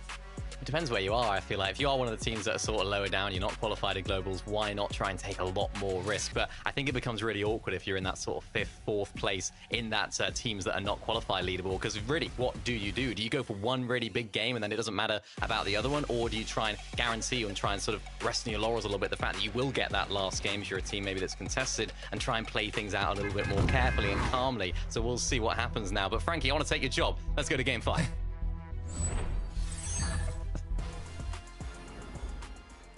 And just like that, Mini Miner, the new host of EU FNCS. What a time. What a journey here, Lev. He saw you step up to the plate one time. He decided, you know what, I think I can do better than that. But Huddy, Fishy, problems already here at Wonkyland. But it's Waza who's going to actually need the help from his duo here. Huddy and Fishy have just managed to scrape by, finding that first elimination. But Fishy, if he's not careful, he might just be next, and don't want to find themselves lined up into that even 1-for-1 exchange. Needs to ensure that they get the better end of this stick, because they want to maintain that spot that they've already locked down. Not only that, but they were at one point in contention for some serious prize pooling. Nova now having a fare with the tag team here, and it's just too much pressure. Fishy and Huddy will manage to come out successfully from Wonkyland off spawn. Not as clean as the one we watched earlier against Cringe and Voco, but they got the job done. No problem for them here when it comes to wonky off-spawn fights. Axe Force and Bevies. You know, I remember this saying, leave the Fortnite before the Fortnite leaves you. The game's left him. At this top level, he might need to call it a day. Rax and Yanis, more off-spawn fighting here at the Chop Shop. And this time, it's not as scrappy as what we saw in the last game. Both teams gonna get the chance to loot up and try and get their best foot forward. Yanis, the only one right now that actually has any shields to work with, so clearly not a lot to work with for both sides. Reason, Khan, this has not been the day we wanted to see from them, Taco. No, and if anything, them moving a little bit further south to contend with Dharm and Deemish, it's a bit of a dicey choice here, but if they manage to bring down Dharm, they'll have full control of Sunken Shores at the very least. So Dharm doing what he can, try and fend them off. Does have a pretty substantial HP advantage here, though, and Reason doesn't exactly have builds to work with. Khan just trying to farm out even a single build to place. So at least for the time being, Dharm still being a bit cautious with the approach. Doesn't want to allow for any sort of freebies here. Reason, Khan definitely recognizing the fact that the longer this takes, the more likely it is that Dharm might just manage to wiggle his way out of this one. And they don't want to let this opportunity slip them by, because as the points already indicate, yeah, they have just not had the day that they needed, and they're going to have to go absolutely ballistic back-to-back lobbies if they want any chance of working their way into the placement metrics. But it's more so the fact, Lev, that Khan and Reason just throwing whatever they can at the wall to see what sticks. Yeah, this is actually a really weird spot that we've not been in really on the broadcast here in EU this year. I feel like almost everything we've watched this year, the threshold for qualifying has just been so big, right? Like when we were watching Summit and it was like, yeah, just get like a top 15 or 20 or something like that and you're like qualified, right? Even this Globals, there was so many spots up for grabs because we had so many of those other teams and other players, you know, locked in here. And of course, we still have so many players in this lobby who are already called for globals, but it's going to be hard. You're going to need those massive gains from Reason and Khan if there is any hope. And unfortunately, the hope here for the Rax and Janice fans watching is gone, at least here in game number 5. They go down.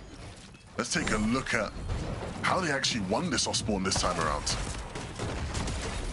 Heads up play there from Eli. Great back-to-back with the shot placements. As now Dharm will find himself being pursued by Izzy and Nosif. problems just keep building right now. And for Darm, maybe a little bit too familiar, getting chased to this extent as Nosif and Izzy just refuse to let this opportunity slip them by. Khan and Riza might not have been able to capitalize on it, but they will waste no time. And that's a very important elimination for Nosif and Izzy to collect there, because we have seen them have some issues with Surge later on down the line, so that could potentially alleviate some of those woes. Right now, though, Pigs and Farron able to take down Ju. So eliminations are starting to build up, and more importantly still, Lev, I think we're starting to see the lobby get much more off, just unabashedly aggressive right now. Yes, absolutely. You know, we've already seen it with some of the teams in contention for a global spot going down. Axforce and Bebies, of course, one of those already. But Izzy and Nosif, that's going to be a huge elim for them, right? They were one spot away. Say one spot away, obviously just sitting behind Mumsy and Sato going into this game. And so Mumsy and Sato need to make sure they don't slip up here at the final hurdle. Need a good end to the day. Sky, Scroll, you know what?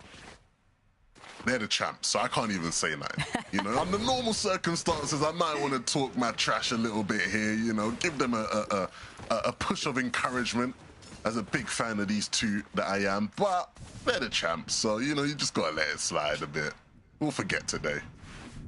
Yeah, they got it, I think, is the real takeaway. So, Chet Flixie probably content, though, knowing that they didn't actually have to go all out in that exchange. I think the biggest thing is I still think they're the best duo in the world, regardless of how today ends. So that's all that really matters. Oof. Fair play. Fair shouts. Kaiser's comeback. Very short-lived victory right now, it seems like, for Eli and Tex. Even after taking care of Rax and Giannis, still have to deal with these two. The silver lining, though, is that Kaiser's, he had a shot lined up, but he didn't really get much damage out of it. And so, for Tex and Itachi, I mean, obviously not an ideal situation being lurked on, but definitely could have been far worse than what it actually was. Seems like a little bit of a stare down now, though, currently. Probably because of the reason that you just highlighted. These two just recognizing the fact that they were able to secure some great damage earlier on, so they don't really have to show their full hand just yet, and that's going to be enough discouragement. Comic and Geysers, they'll head off into the distance. They might want to revisit that conversation a little bit later on, but certainly not willing to all in invest from the jump start here. Zangy, Gabix, a duo that was in contention earlier on in today's competition, and then have just been steadily getting knocked one place further down, other teams catching up, essentially. And it just goes to show how cutthroat it can really be in terms of these consistency metrics and making it into every single one of these end games, because all it takes is one or two lobbies to go south, and all of a sudden, those duos that were 5-10 places behind you have suddenly caught up. Yeah, it comes at you so quickly. And we've definitely seen that. I did screenshot the non-qualified teams leaderboard this time around, and they come into this game 7th on that leaderboard, a big drop from them as well. So need to turn things around. Chap and Flixie, they've had quite the day. Sometimes it's good. Sometimes you need to remind people, hey, we aren't just lobby fillers here, right? Like, we actually can be a threat. We can be competitive with the best of them. And they've shown us quite a bit. I think I had almost stopped considering them as far as some of the better height teams in EU. But they've been impressive up there today, Taco. Without a doubt. Now just be interested to see whether or not they can continue that streak in Game 5. But ultimately, so many of these other teams that are just praying that they can catch a bit of a break here Splaha will manage to pull off the reboot, but that's not to say that Snonsky is going to be left in any sort of better standing. So many other teams nearby, potentially able to take shots. He's already had a little bit of his HP battered away, but he does manage to touch ground. So the vendings can definitely help alleviate some of that pressure. At the same time, though, they are still going to need to build up their surge. Yeah, and ultimately, it's not the greatest spot for them to be in, but this game is already better than all the other games combined. Right? I think they've gotten 16 points out of this one with those 4 limbs. And that's more than what they had at the start of this game. So, on the right path, potentially. Nosif, Izzy, much further ahead on that correct path as far as today goes. As we pan around, truly, Mr. Savage, so close, but yet so far, it feels. They just need that one banger game. But it's been so hard. It feels like even in situations like last game, or the game before, sorry, last game, game number 3, where everything looked set up so perfectly for them to have a good game, and they just couldn't deliver. I fear that those problems may only continue to build for them also. Teeny and Shark, though. Not what you'd expect, but at the same time, Shark closing out an elimination. We're right back on course. Still losing Teeny along the way now exposes Shark to any other duos that might be lingering nearby. Vanya and Frizzy, though, don't exactly seem too eager to get involved just yet with what's going down. So Shark likely going to look for his reboot ban opportunity shortly. But a decent amount, and something else to kind of keep in the back of your mind, Sharktini, how many times have we seen them in these types of formats, for example, where they just start to be the team that goes all out reckless with just finding every elimination back to back to back?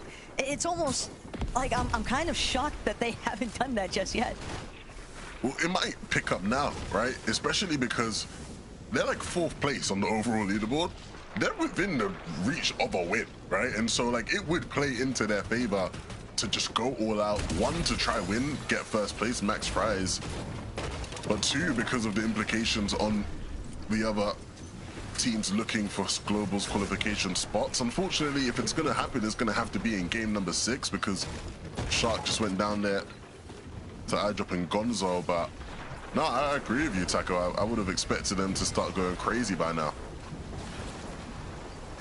I'm almost curious to see if maybe another duo in the lobby decides to sort of pick up the torch from them, and maybe all eyes on Chap and Flixie for that type of strategizing or gameplay, because we have seen them get a bit aggressive in some of these earlier lobbies. Kira and Podestai, though, just trying to watch their next step, watch their next rotate, fully aware of the fact that they are just trailing behind a couple of other teams, and as they make their approach towards this next edge of zone, always have to keep it as a thought in the front of your mind, really, that you don't want to find yourself overly exposed. So I like that they're sort of pivoting, of course, kind of wrapping towards this lower terrain. It's keeping them out. Some solid lines of sight here, but they might run smack dab into where Tweki and Kiro are at. Got good damage currently, though, so they don't really need to force the fight, but Akira gonna get caught just like that. Hallie and Lucia playing catch-up as Thomas and Focus will bring down Lemon. A tough break, but welcome to the set lobbies. Thomas definitely giving him a warm EU embrace.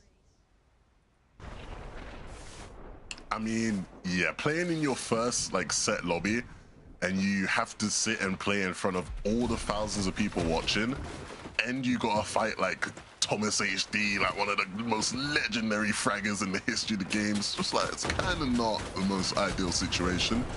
But props to Lemon, they've been handling it well. They've got some points on the board, so I saw, you know, you gotta give them credit for that. But they do need more if they want to be securing a spot on that bus to Globals. Hold aside, unfortunately, we saw Akira getting picked off as they rotated in here, and so it's going to be up to the French legend to pick up the pieces on his lonesome.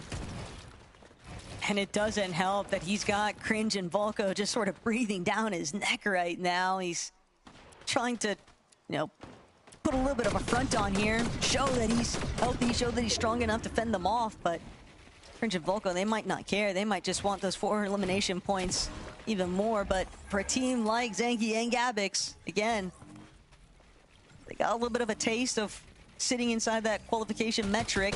They don't want to lose sight of things just yet. They are still within reach of taking back what they'd lost, getting pushed down in that leaderboard positioning. Very wary though, cautiously trying to take a solid angle here because 20 below and that gap could get even further if they aren't able to deal damage, and just also taking too much in return is truly Savage. Really preventing Hardy and Cammy from making any sort of head ground. Yeah, they are the blockers right now. It'll be interesting to see where the zone pulls, because if it does pull to them, Cammy and Harry will try to play high. It's what they've done in a lot of their games today, but I feel like we just never get to really see them play it.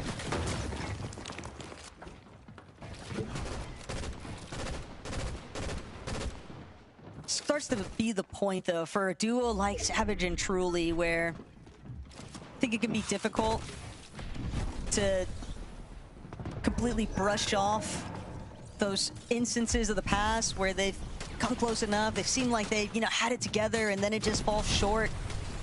So this game 5, better late than never. It would certainly be a perfect time for them to really strike up some big points here. Fishy and Huddy though, they just want to make up for some lost time. They're being eliminated early. So many other teams having the chance to catch up. Chap and Flixie even able to overthrow them from that first place position overall, because yes, they're fighting for that Global's qualification spot, but with the day that they've had, Lev, it's also pretty realistic to imagine that they might just bring this one home. Yeah, that is how you can do things in style. I mean, it'd be the ideal end to your Friday evening. Gabix will just fall, and Zangi not in a position to really do much to help, and that actually sends them below on Surge. How things can turn around in these games, so brutal, so difficult. 10 players, 9 still needing to be eliminated, and not only that, but 260 below as a solo, staring down what seems like the impossible right now. Savage and Truly, on the other hand, though, 581 above, front side position. They got a long ways to go, though, for this next zone. And it was Huddy and Fishy just ahead of them. Truly trying to get some good pressure in. If they can administer some damage, that might just be enough for Savage and Truly to then begin their next rotation. But they're going to be held here for a moment. We've got the other side of the coin here, too, from Huddy and Fishy, and their perspective a little bit more dire. 29 below even. Truly and Savage just consistently chipping away at their HPs, put them in a really awkward spot here, because now Fishy, Huddy, they're gonna have to spend time healing, and every single moment that passes them by, it's just teams that are able to escape getting that additional damage. It's Fishy now a bit too desperate, trying to chase down this solo. Does manage to connect the shot here. Snoskew unfortunately unable to get away, and that Siphon has done dividends right now for Fishy, but at the same time, Huddy won't be able to escape the rest of that lobby. Focus is now Zangi. While he's out of the thick of it in terms of the surge threshold, he's still only 30 HP in a dream currently. Hardly any materials to work with. Fishy off of that last elimination, though. The Siphon materials definitely doing him some pretty big favors here. Fishy's not done, though. He's gonna look for more. He might just find more. We'll make the rotation now with the overdrive. Finds a decent position to just give him a bit more space. The material's running low. He has just enough to build a box or two. We'll look to find something again on any solo scurrying around. Savage and Truly. Could this be the game? We've been waiting for it all day long. And height might just be theirs for the taking if they can find the right angles onto them. Focus dropping in the feed. It's a possibility now. Fishy's Solo clutch will continue. Mumsy and Sato finding space in this game as well, but need to hold on to it. When Mumsy just taking a little bit too much damage, he can't afford to actually tank up the storm as he continues trying to wrap towards that frontside position. Sato, though, picking up the pieces.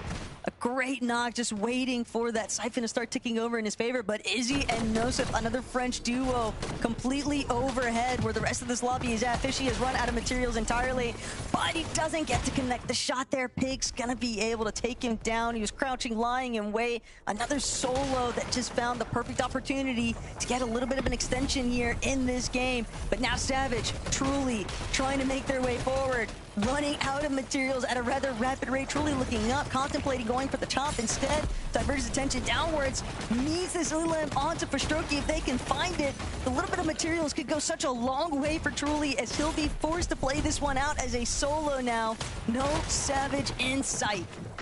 It's not clean, but he finds just enough to stay alive as so many players fall. Truly, with the Chug Jug in hand, we'll get some extra placement out of this position. And a top 7 is not too shabby. Nosif and Izzy, the benefactors of this zone, pulling up this hill. Everybody stuck beneath. Nathan will make it up. Comeback following just behind. But the keys to this win have to be in Nosif and Izzy's hands. This is not the time for them to take their foot off the gas either. They know just how weak so many of these other players directly underneath them are. Nosif and Izzy collect yet another. Nosif now continuing to just build out forward, trying to make sure they stay towards that frontside position. Comeback, similar beat, but just stuck in the underbelly of this lobby. Barely having enough builds just to hang on for dear life, hoping that the attention gets diverted now over towards Josh, Tweg, anybody else, as long as it's not Comeback is all he's really hoping for here. But the zone pulling back, doing a big favor right now for Izzy and Nosif. This is ideal as it goes back with them being so low on builds. But you've got to give them props. They've done such a good job of applying pressure to where nobody left has been able to look up. Comeback is forced down and he's going to be forced into the face of Josh. If not, both of them are going to just go down at the hands here of Nosif and Izzy. Everything playing out so perfectly. And so now as Josh makes his ascent, they will piece him up and get the dub. What a well-played game for Nosif and Izzy. Great way to utilize height to the fullest extent. They did not allow anyone to even consider trying to get that chop opportunity in. And then, yeah, obviously the cone block off. Beautiful scenes. Overall, though, what's that leaderboard looking like?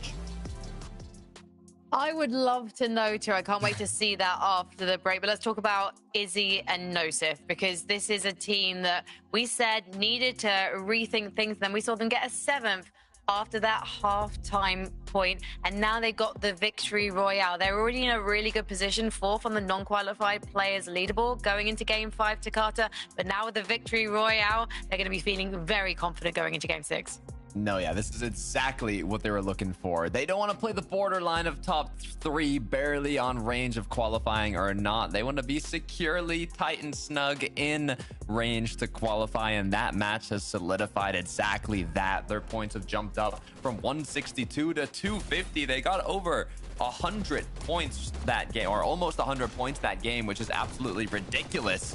So I am also curious, just as Taco is, how that's going to kind of affect the whole top 3 standings and how difficult it is going to jump into it now, Mini. Well, the important thing for them was that Monty and Sato didn't have an amazing game. They were all right, but it wasn't the game that they would like to remember. So they really took advantage of that situation. And that just makes it so much more difficult now for teams that are just outside of that top 3 range.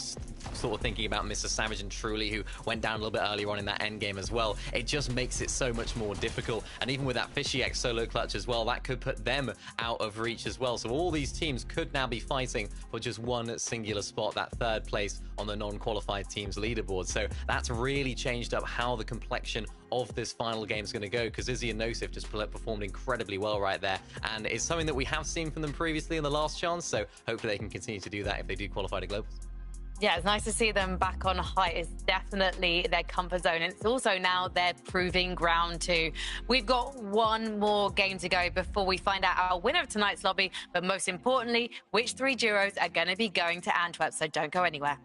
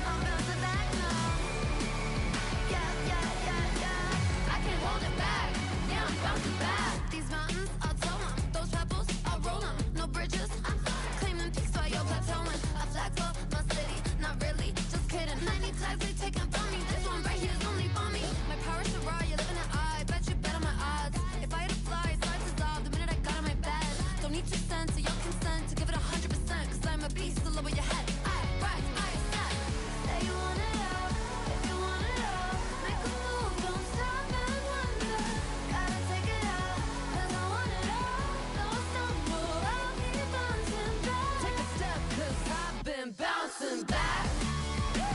Yeah. I cannot believe that we're about to find out who our final 3 duos going to Antwerp are going to be. Just one more game until we can declare those final 3 pairs. Takata, I think, Mini Miner, I think I'm going to ask this to you too.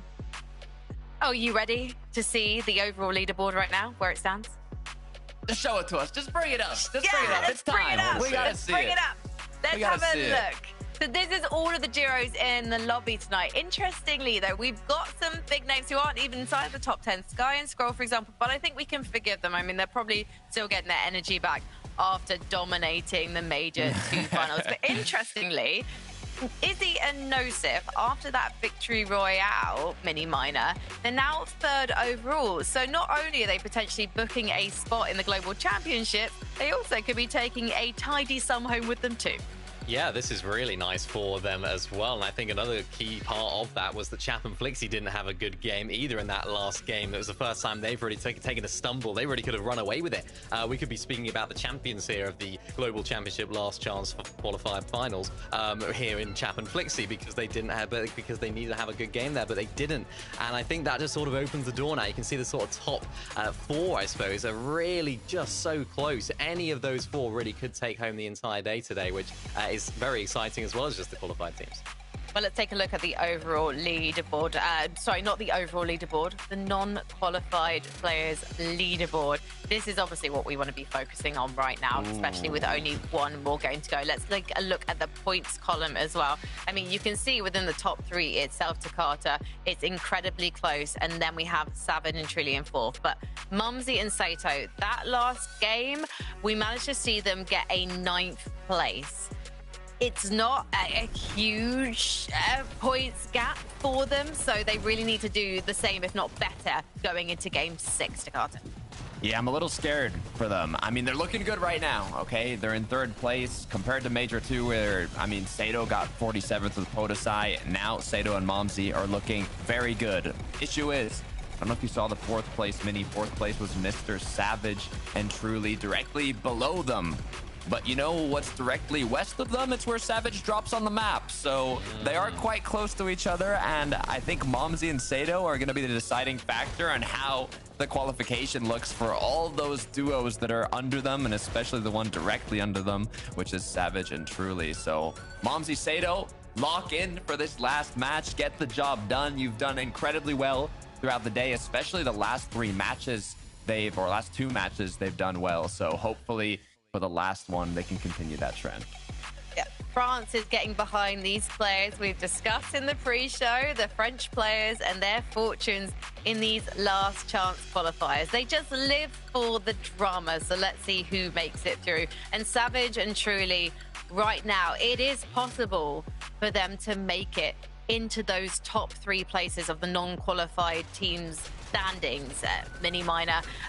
But again, they've got to go even further. I was saying this obviously about Mumsy and Sato, but it's the same for these guys. But at least we got to see them go to an end game and place 7th pretty much as a duo.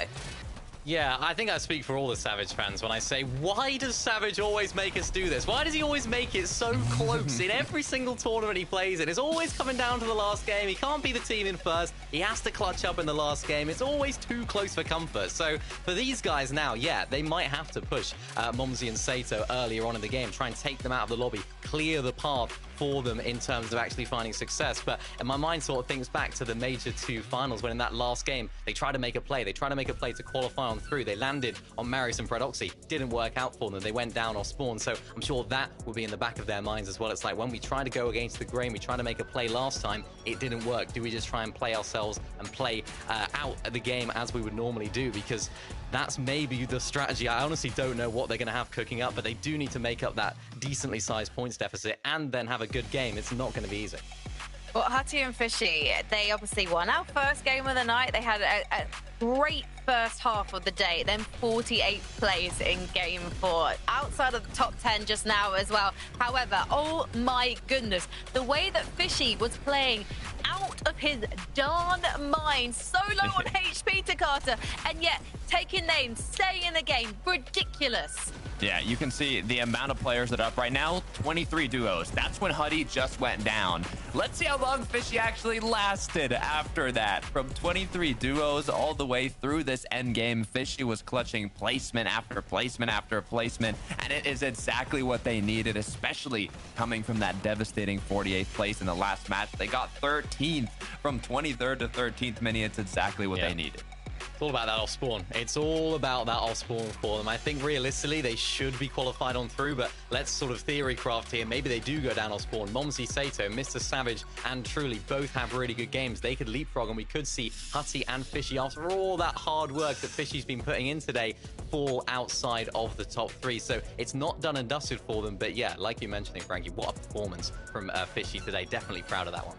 Yeah, incredible performance, and I cannot see them going down without a fight in this one. And as we've seen, especially from their off-spawn situations in the past, this is a duo that knows how to fight. It feels to me, Mini Miner, like there was a little bit of cope going on in your calculations for all the Savage fans out there. Yeah, I want to see Savage Squad. I think we all want to see Savage Squad. Like I mentioned, he always leaves it to the last game. It's always too close for comfort with Mr. Savage, and I want to see him do it for all the Savage fans out there, and for us on LAN as well. It wouldn't be the same without him there. Well, this is the thing, Takato. It means so much to all of these duos. It means so much to players like Savage, who's only ever missed out on the 2024 Fortnite Global Championships before. But then it means so much to players like Hutty and Fishy, who haven't had these opportunities.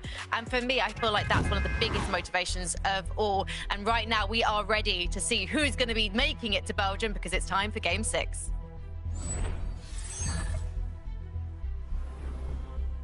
Look, all this focus on Savage and Truly, but I'm thinking about who's also right behind them, Lev. It's also Dinas for Neck finding themselves just outside of that contention point. And while they're a little bit further behind, where Savage and Truly are at, sitting at 167 points heading into this game, realistically, the enemy of my enemy is my friend. And so Momsy, Sato, they've really got to keep their wits about them, because I would not be too surprised to see someone looking to try and pressure them early on, because right now that's the most realistic catch-up point for any of those duos just outside of that third spot qualification point. And of course, these two teams land so close to each other that you can see them as they both will land on in. And even though there won't be any direct contests, I think there's a good chance we see Savage and Truly look to make an aggressive play towards Mumsy and Sato. It certainly is a thing to do if you want to force the catch-up to happen. A fighting at Shaken will give them a bit of extra damage early on that will just ease the pressure on them as they move through this early game. But it's all about finding Mumsy and Sato and outplacing them, outscoring them. This last game is going to get crazy, Taco. It's going to get very messy too, because it's the end of the line. For Global Championship, you either make it in for those top 3 spots off consistency, or you are just going to have to wait for solo FNCS season to be upon us, because these teams are doing all their last-ditch efforts right now. X-Force and Bevies. You have to remember, elimination still being worth 4 points apiece. There's a lot, Lev. You would think that it might be enough, even if a team just decides to key outright, that they could make up for the placement with those elims instead. And Bevy's barely managing to bring down Photoside, but with X-Force just hardly left standing on his last legs, only 10 HP to work with. He's got to be so precise with the Maven, not exactly the type of shotty that you want to be staring down Akira with. X-Force just trying to get any little bit of space, but it's just not enough. Kira definitely having the advantage. And I know we made the games left him joke last game, but Axel's and Berry's 2 top players who we will now not get the chance to see at the Global Championships. That is just how ruthless this region is. The Frizzy and Vanya. Vanya won't be making the return to Globals in front of those beautiful M8 fans. Might just have to sit in the crowd and join in with the chants. Fishy and Hutty not taking any chances here in this final game. Any sort of off-spawn truce completely shut down the drain. They went on full offensive here in this final game, Taco. Yeah, saving it for the final hour too. Bit dastardly from Huddy and Fishy, but that early elimination set, that's adding salt to the wound after all here for Huddy and Fishy. Excited though to see just how far they can take it, because keep in mind, the elimination points, if they're able to keep racking them up, they might actually be able to catch up to where Jap and Flixie are at. All depends on how some of these other teams fare today's competition, as Savage, Truly, Sky, and Scroll. This could be a dangerous fight, and it's not an engagement that Savage and Truly are interested in continuing. They'll have to forfeit it, but at the same time, just how much did it cost them at the end of it all? How much were they really able to secure in terms of builds and loot? And now they're going to have to look primarily just for that refarm opportunity. Yeah, ultimately, their chances of finding Mumsy and Sato are just too slim.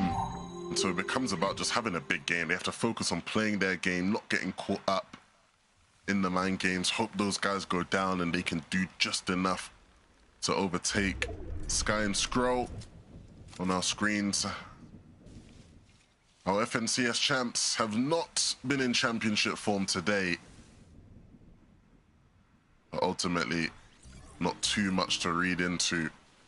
You still expect these guys to come back with a bang, whether that's next weekend at the Reload Elite Series Championship Final or at the Global Championships in September.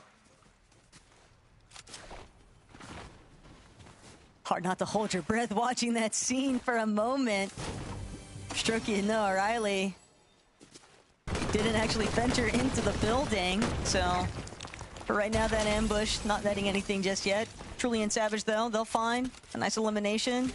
Start things off here in Game 6. Matisse no longer up and about, but right there with you. Savage and Truly, the priority should just be focusing on their strengths, not looking to try and shut down anyone else. They just need to prioritize positioning, maintaining their surge, and staying together in those endgame circumstances.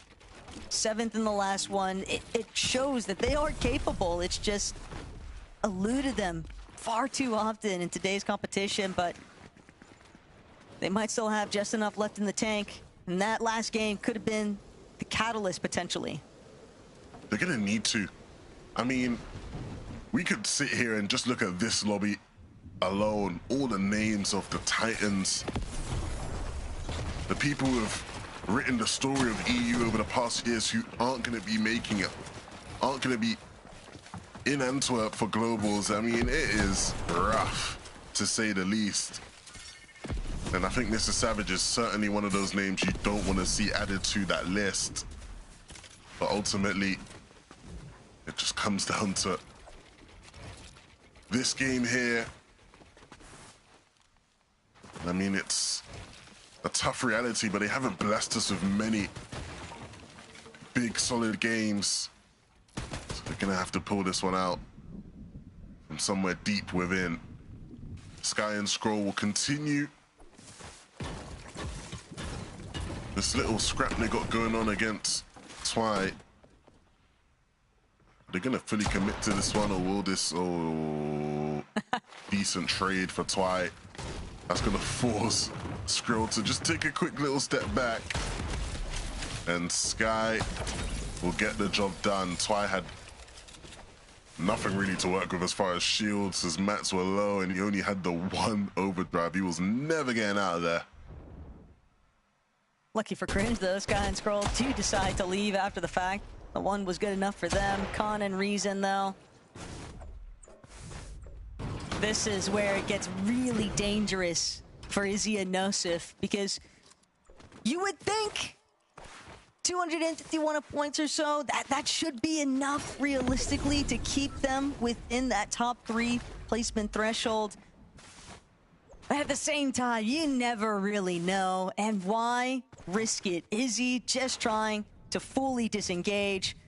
The problem is, where do you run to when you're in this kind of position? Izzy just sort of recognizing the fact that they got completely caught off guard and slept for it. Nosip just completely ambushed there by Khan and Reason, who've been lying in wait, but problem now is who's going to catch up to them? I mean, the problem is in the feed, I saw Fishy X go down. So, yeah, getting a lot closer than I maybe anticipated. Was not expecting both of those guys to be in such tough spots. I believe Flixie was the one that took Fishy X down. Izzy and Nosif will be taken out completely. Wow, 251 points. They came into this game with that spot secured. But at this point now, you can never say never. Hutty and Fishy X potentially not having the best of games either. And so for Mumsy Sato, Savage truly, who knows just what could be captured here in this final game.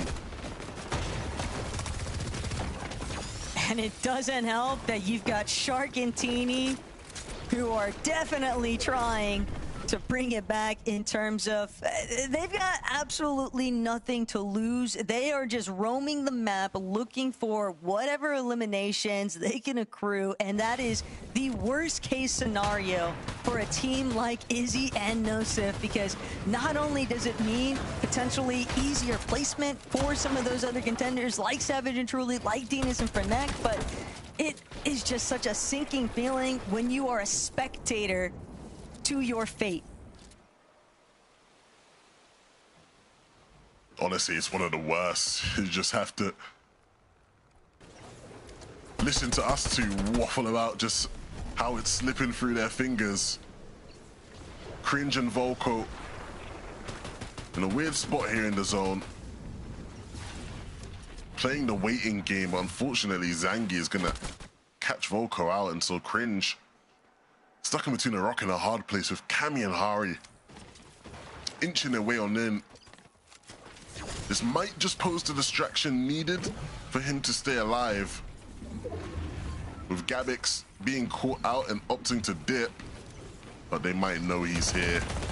Yeah, they know something is not quite right, but they're not gonna pursue it. Thankfully for Cringe, he's able to stay up in this one. Wow. Cammy and Hari choosing to just collapse onto Zangi instead, and poor Gavix, while he did manage to kind of pass on by, losing your duo at the same time is just such a tough position to be in. And not only that, but keep in mind, Huddy was just lingering over towards Wonky Line, although he very likely already kind of shifted off elsewhere, doesn't want to stick around, especially when he can tell that there is a lot more action. Picking up the pace here now, though, but Cammy and Hari, that's a very tough break for a duo like Zangi and Gabix. And a review, it's actually Huddy and Fishy one more time, so a little bit of recovery, but will it be short-lived, given the direction that Hari and Cammy are actually starting to step up the pace to potentially even cut them off.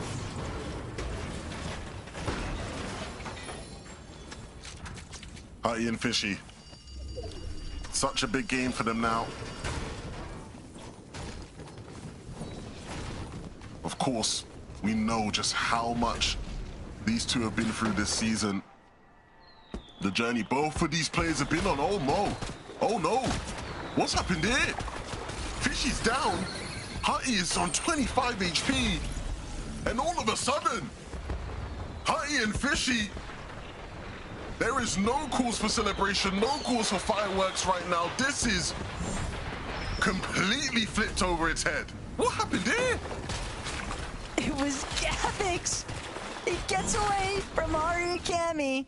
And while I'd initially believed that that was going to be, you know, something that works against him, running into Huddy, instead he's able to catch them completely off guard, just swoops in, disaster strikes yet again. And now that might even be the green light for Cammy and Hari to potentially just pick up and continue the pursuit here, because why not? They've got so much time now to work with to just keep trying to play spoiler here. But for a duo like Savage and Truly, we said that we wanted to see them looking to just take affairs into their own hands, and it looks like they're doing just that. Yeah, and I think the good news for Hutty and Fishy fans is they were on 255 points, which means they overtook Nosif and Izzy and should be safe. The only other team close enough to reasonably catch up will be Mumsy and Sato, who of course themselves are in a qualification spot. So I think we're gonna say job finished. Job finished for Hutty and Fishy. Not in the way you wanted to see. Of course, they were pushing for more than just the global spot at this point of how well they've been playing on the day, but we said it. Things get crazy in these final games. Mumsy and Sato will continue their pursuit into the safe zone. Barely making it in HP-wise. That 5 tick is so tough to deal with. Luckily for them, everyone else a little bit too distracted with what's directly in front of them. These other teams caught up in separate engagements means that Sato and Mumsy will be able to just continue making their way in. Zangy, though, gonna look to try stop them, hold them a little bit. But for Sato and Mumsy, when you're in this position, Levin, you almost want to see them just go for that immediate commitment every single time, because you just can't afford to second guess yourself.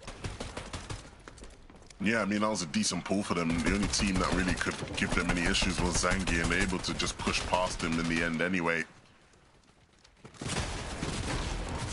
Oh, dearie me. Pixie, Swizzy. It's too hot. You gotta get out of the kitchen, lads. Way too much pressure coming in. And they're struggling to deal with it. Pixie will just be able to be picked back up, but no. Fincheck and Church will make it awkward. The only benefit that Pixie has is he is playing with one of the greatest players to ever touch this game, and so Swizzy will handle the pressure, get him back up, and they will continue this game. One Chug Jug being put to use isn't too bad, but a max distance pull on this zone is pretty bad, so we'll see just how they fare with it here. Where Truly and Savage were just at, though, they were sort of leading the lobby moving into that next position, although they did pay a pretty steep price for it. They're gonna have to pause, wait for Savage to recover some of those shields. And now it's all down to just Savage and Truly trying to not get caught yet again. But it's just so difficult because everyone seems to be looking directly at them, despite the fact that they've created a little bit of distance here. And you've always got to remember Mumsy, Sato just off the side there, also making their approach is Chap Flixie, doing a great job at target practice. And Swizzy, he's good, but he won't be able to avoid pressure this time around. Just too many other players surrounding him, alongside the fact that Flixie and Chap are just non-stop spraying them. It's just tough scenes all around, but even Flixie and Chap recognizing, got to get a move on. Sato and Mumsy, though, they've got the best elevated position currently. They're recognizing there are some other teams they can get a little bit of pressure in on, but we've seen high ground be taxed before. And this is beautiful. If you are a fan of these two, they aren't in a position where they're looking to take. They're in a position that is all about holding on. But they aren't taking that for granted. They are playing this game out clearly with intentions of doing as good as possible. Savage and Truly need to follow their footsteps with that sort of intent and push beyond them if there is any hope. But still so many points behind. They're gonna have to get fraggy, and they're gonna have to hope that Mumsy and Sato either fall within their sightlines or fall at the hands of somebody else in this lobby. Good pressure being applied, but not able to get the credit for that elim. Again, every little helps when it comes to the points left in this lobby, Taco. And that's what's really starting to hurt them, because Sky Scroll, they've started to make their approach, and that big chunk out of Truly's HP shield now going to have to pause, so they won't be able to maintain sticking towards that front side just yet. But Mumsy, Sato, starting to pick up the pace a little bit here, starting to claim a little bit more space, recognizing the fact that they've got players just underneath, and nice little pickup there from Mumsy. Some leftover loot off of Nebs' body, but now other teams potentially getting caught. The way that the zone is pooling is going to be very tricky in terms of if you are forced to drop layers. Well, actually, take that back. We're going the reverse direction. Thought for a moment that the elevation was going to pose a pretty big threat here, but for Mumsy and Sato, this might actually be a huge beneficiary for them, as they continue to just play things safe. Savage and Truly are gonna have to really make things happen here at Wonky Land. And they're gonna have to do that in spite of all the other top teams left in this game. Mumsy and Sato, you saw just scouting height there for a second, and not just scouting it, taking it by force. Mr. Savage put down Mumsy and Sato, crushing the dreams of every believer right now. It all comes down to Truly and this med kit in an attempt to out-heal, but is it all in vain with just how Sato and Mumsy have played this game with the points that have been accrued? Overtaking Izzy and Nosif now, I believe. And what a play that really was. The rest of the lobby will start to get involved in the fight for height. But Mumsy and Sato might have just done enough there, Taco. It all depends exclusively on whether or not Truly can actually fly in these final moments. And the moment that he starts to venture forward, he is down to his last build. Doesn't have anything to sustain him. Only 3 overdrive grenades remain. Meanwhile, Mumsy finding yet another elimination here, just building further distance. But for Truly, if he can get more placements, it's starting to think, Izzy, Nosif, they might just be the cutoff metric now. And Truly, he's starting to build, but he needs this shot onto Scroll. He needs to get Siphon. He needs a refresh, but it's a healthy player, and Truly won't be able to close the gap. Savage and Truly will find themselves looking on for the Global Championship later this year, as Vico and Malabuka trying to see whether or not they can find Victor Royale they've been hunting for all day long here. Vico won't be able to connect the shots just yet onto Sake, but Vico one more time. Revisiting, gets the knock, and now Arya will be next to fall. It's always heartbreaking at the end, though, Lev. We knew that only 3 teams could actually confirm their spot for the Global Championship in September, and man, what a day it's been, though. But yeah, big congratulations to Vico Malabuka, obviously, for finding that Victor Royale, but we got to see what happened with that leaderboard, Frankie. We do. We were doing the maths during that last game, just trying to work out if anyone could overtake the likes of Izzy and Nosif in those top 3 spots, because obviously we had our eyes on Savage and Truly there, and on Mumsy and Sato, and both of them were having a fantastic endgame. It's just a case of holding on to Carter, and now I guess our jurors will be nervously awaiting the results, and we're actually ready to see them. So let's find out who have booked their spots in Belgium, guys. Let's see. As you can see, Mumsy and Sato, after that incredible performance, they have done it, even making their way to the top, above Hutty and FishyX and Izzy and Nosif. As expected, Mini Miner, the French have turned up in style. They have. I mean, Izzy and Nosif, finally you can breathe. This is unbelievable. But Mumsy and Sato, what a performance from those guys. There were questions, were they actually going to be pushed by Mr. Savage there at the end? Were they going to have some off-spawn difficulties, of course, earlier on in the game? But what they did, they showed up and they showed out here in this final game. They didn't let the pressure get to them. They didn't crumble. They even took out their most direct competition there in Mr. Savage themselves. It was almost a flip of what we expected. And and a lot later on in the game. But for Sato, Momsy, they have so much potential on paper. They're such a good team. And we've always said we want to see French fans on LAN. We saw how good they were at Lyon. We've now got 2 French duos here qualified at Globals. What a monumental fight there with Sato versus Mr. Savage. That was literally everything. Savage, I believe, needed a top 2 finish to pass Izzy and Nosif that were at 251. So it was incredibly close. But Momsy, Sato, Izzy, Nosif, Huddy Fishy, they got the job done. Yeah, that high ground challenge from Seto and Mumsy onto Savage and Truly was something else. As we like to say in Fortnite, Mumsy and Sato took it by force, and we're going to see them at the Fortnite Global Championships in Antwerp. Let's take a look, though, at the overall leaderboard for tonight, because there were some surprising emissions, I think, in the top 10 in terms of the juries we expect to see do well. But Chap and Flixie, my word, Takata, the performance that they put on tonight, also fantastic to see Vico and Malibuka showing up in that last game. Yeah, got the job done. Chap Flixie dominating first place, not even making it that close. Vico, Malibuka, we saw the performance Major 2 didn't kind of meet expectations coming from Summit, having won it. But, you know, they picked it up in the last chance qualifier. Second place, not bad at all. I dropped Gonzo as well. Shout out to them for the 3rd place. Overall, solid performances. I think it's really useful for these duos, these big names, to actually sometimes have bad performances, because that's how we see the likes of Sky and Scroll go from having difficult moments in the Major 2 heats to fixing what went wrong. And I imagine that they'll be doing a lot of VOD reviewing going up to the Fortnite Global Championships. As for some of the duos that didn't make it, obviously heartbreak for Mr. Savage and Truly. They really did fight towards the end of this lobby tonight, Takata, but it wasn't to be. Yeah, no, it was an incredible performance either way.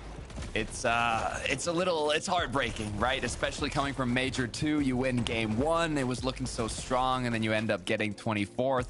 You get one last chance, one final qualifier to make it happen, and then you're again one placement off qualifying. But Mr. Savage, truly, I mean, Savage has been around since the start of competitive Fortnite. He's one of the founding pillars of EU competitive, so I'm sure we'll continue seeing him as the season goes on.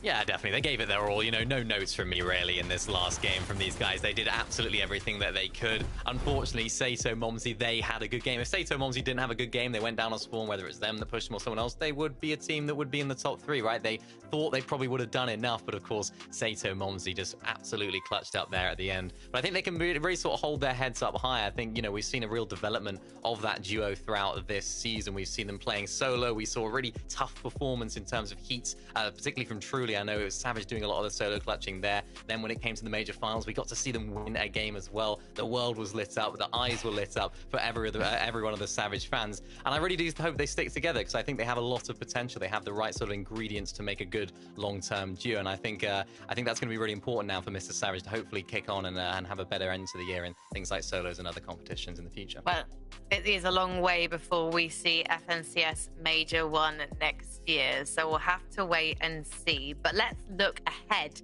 to Fortnite Global Championships, guys, because we're sending 21 duos from Europe. I think potentially it's coming back to Europe again, Takata, when I look at these incredible names. Yeah, look, after we talked about Vico Malibuka winning Summit, there was also a heartbreaking end to Sky and Scroll. They were the favorites throughout the whole competition. The LAN that kicked off competitive this year. So at Global Championships, I want to see Sky and Scroll continue the domination that they showed in the majors. Anything less than first would be a disappointment for these guys, I think, Mini Miner. Yeah, for sure. That's the level they've set themselves now. That's the expectation. They're going to go in as serious favorites from the EU region. Shark and Teeny, another team, of course, that I'm particularly excited to see light up the big in-person stage. And even Chap and Flixie, really impressed with how they've played today. I think they've taken a lot to develop. And, you know, of course, they did have that experience at Summit. They, of course, qualified through. I think they were the last team, actually, that qualified through those Summit finals. So they have that experience on LAN together now. And I do have a really good feeling about this duo as well. Obviously, it depends on how they're going to play in that next meta, how they're going to adapt to things when it comes to globals, but that's a team I'm going to keep my eyes out on as well when it comes to Antwerp. Well, the NAC broadcast will be coming up shortly, so this is a message to them and all the other regions watching around the world. Europe is coming for the crown in Belgium. And ain't nothing stopping our duos. We cannot wait to see you guys in Belgium. For us now, though, on the European broadcast, we've done our jobs. We have got our duos. We're sending them to the top. And right now, we're saying goodbye to you. So thank you so much for watching. Let's sound that horn.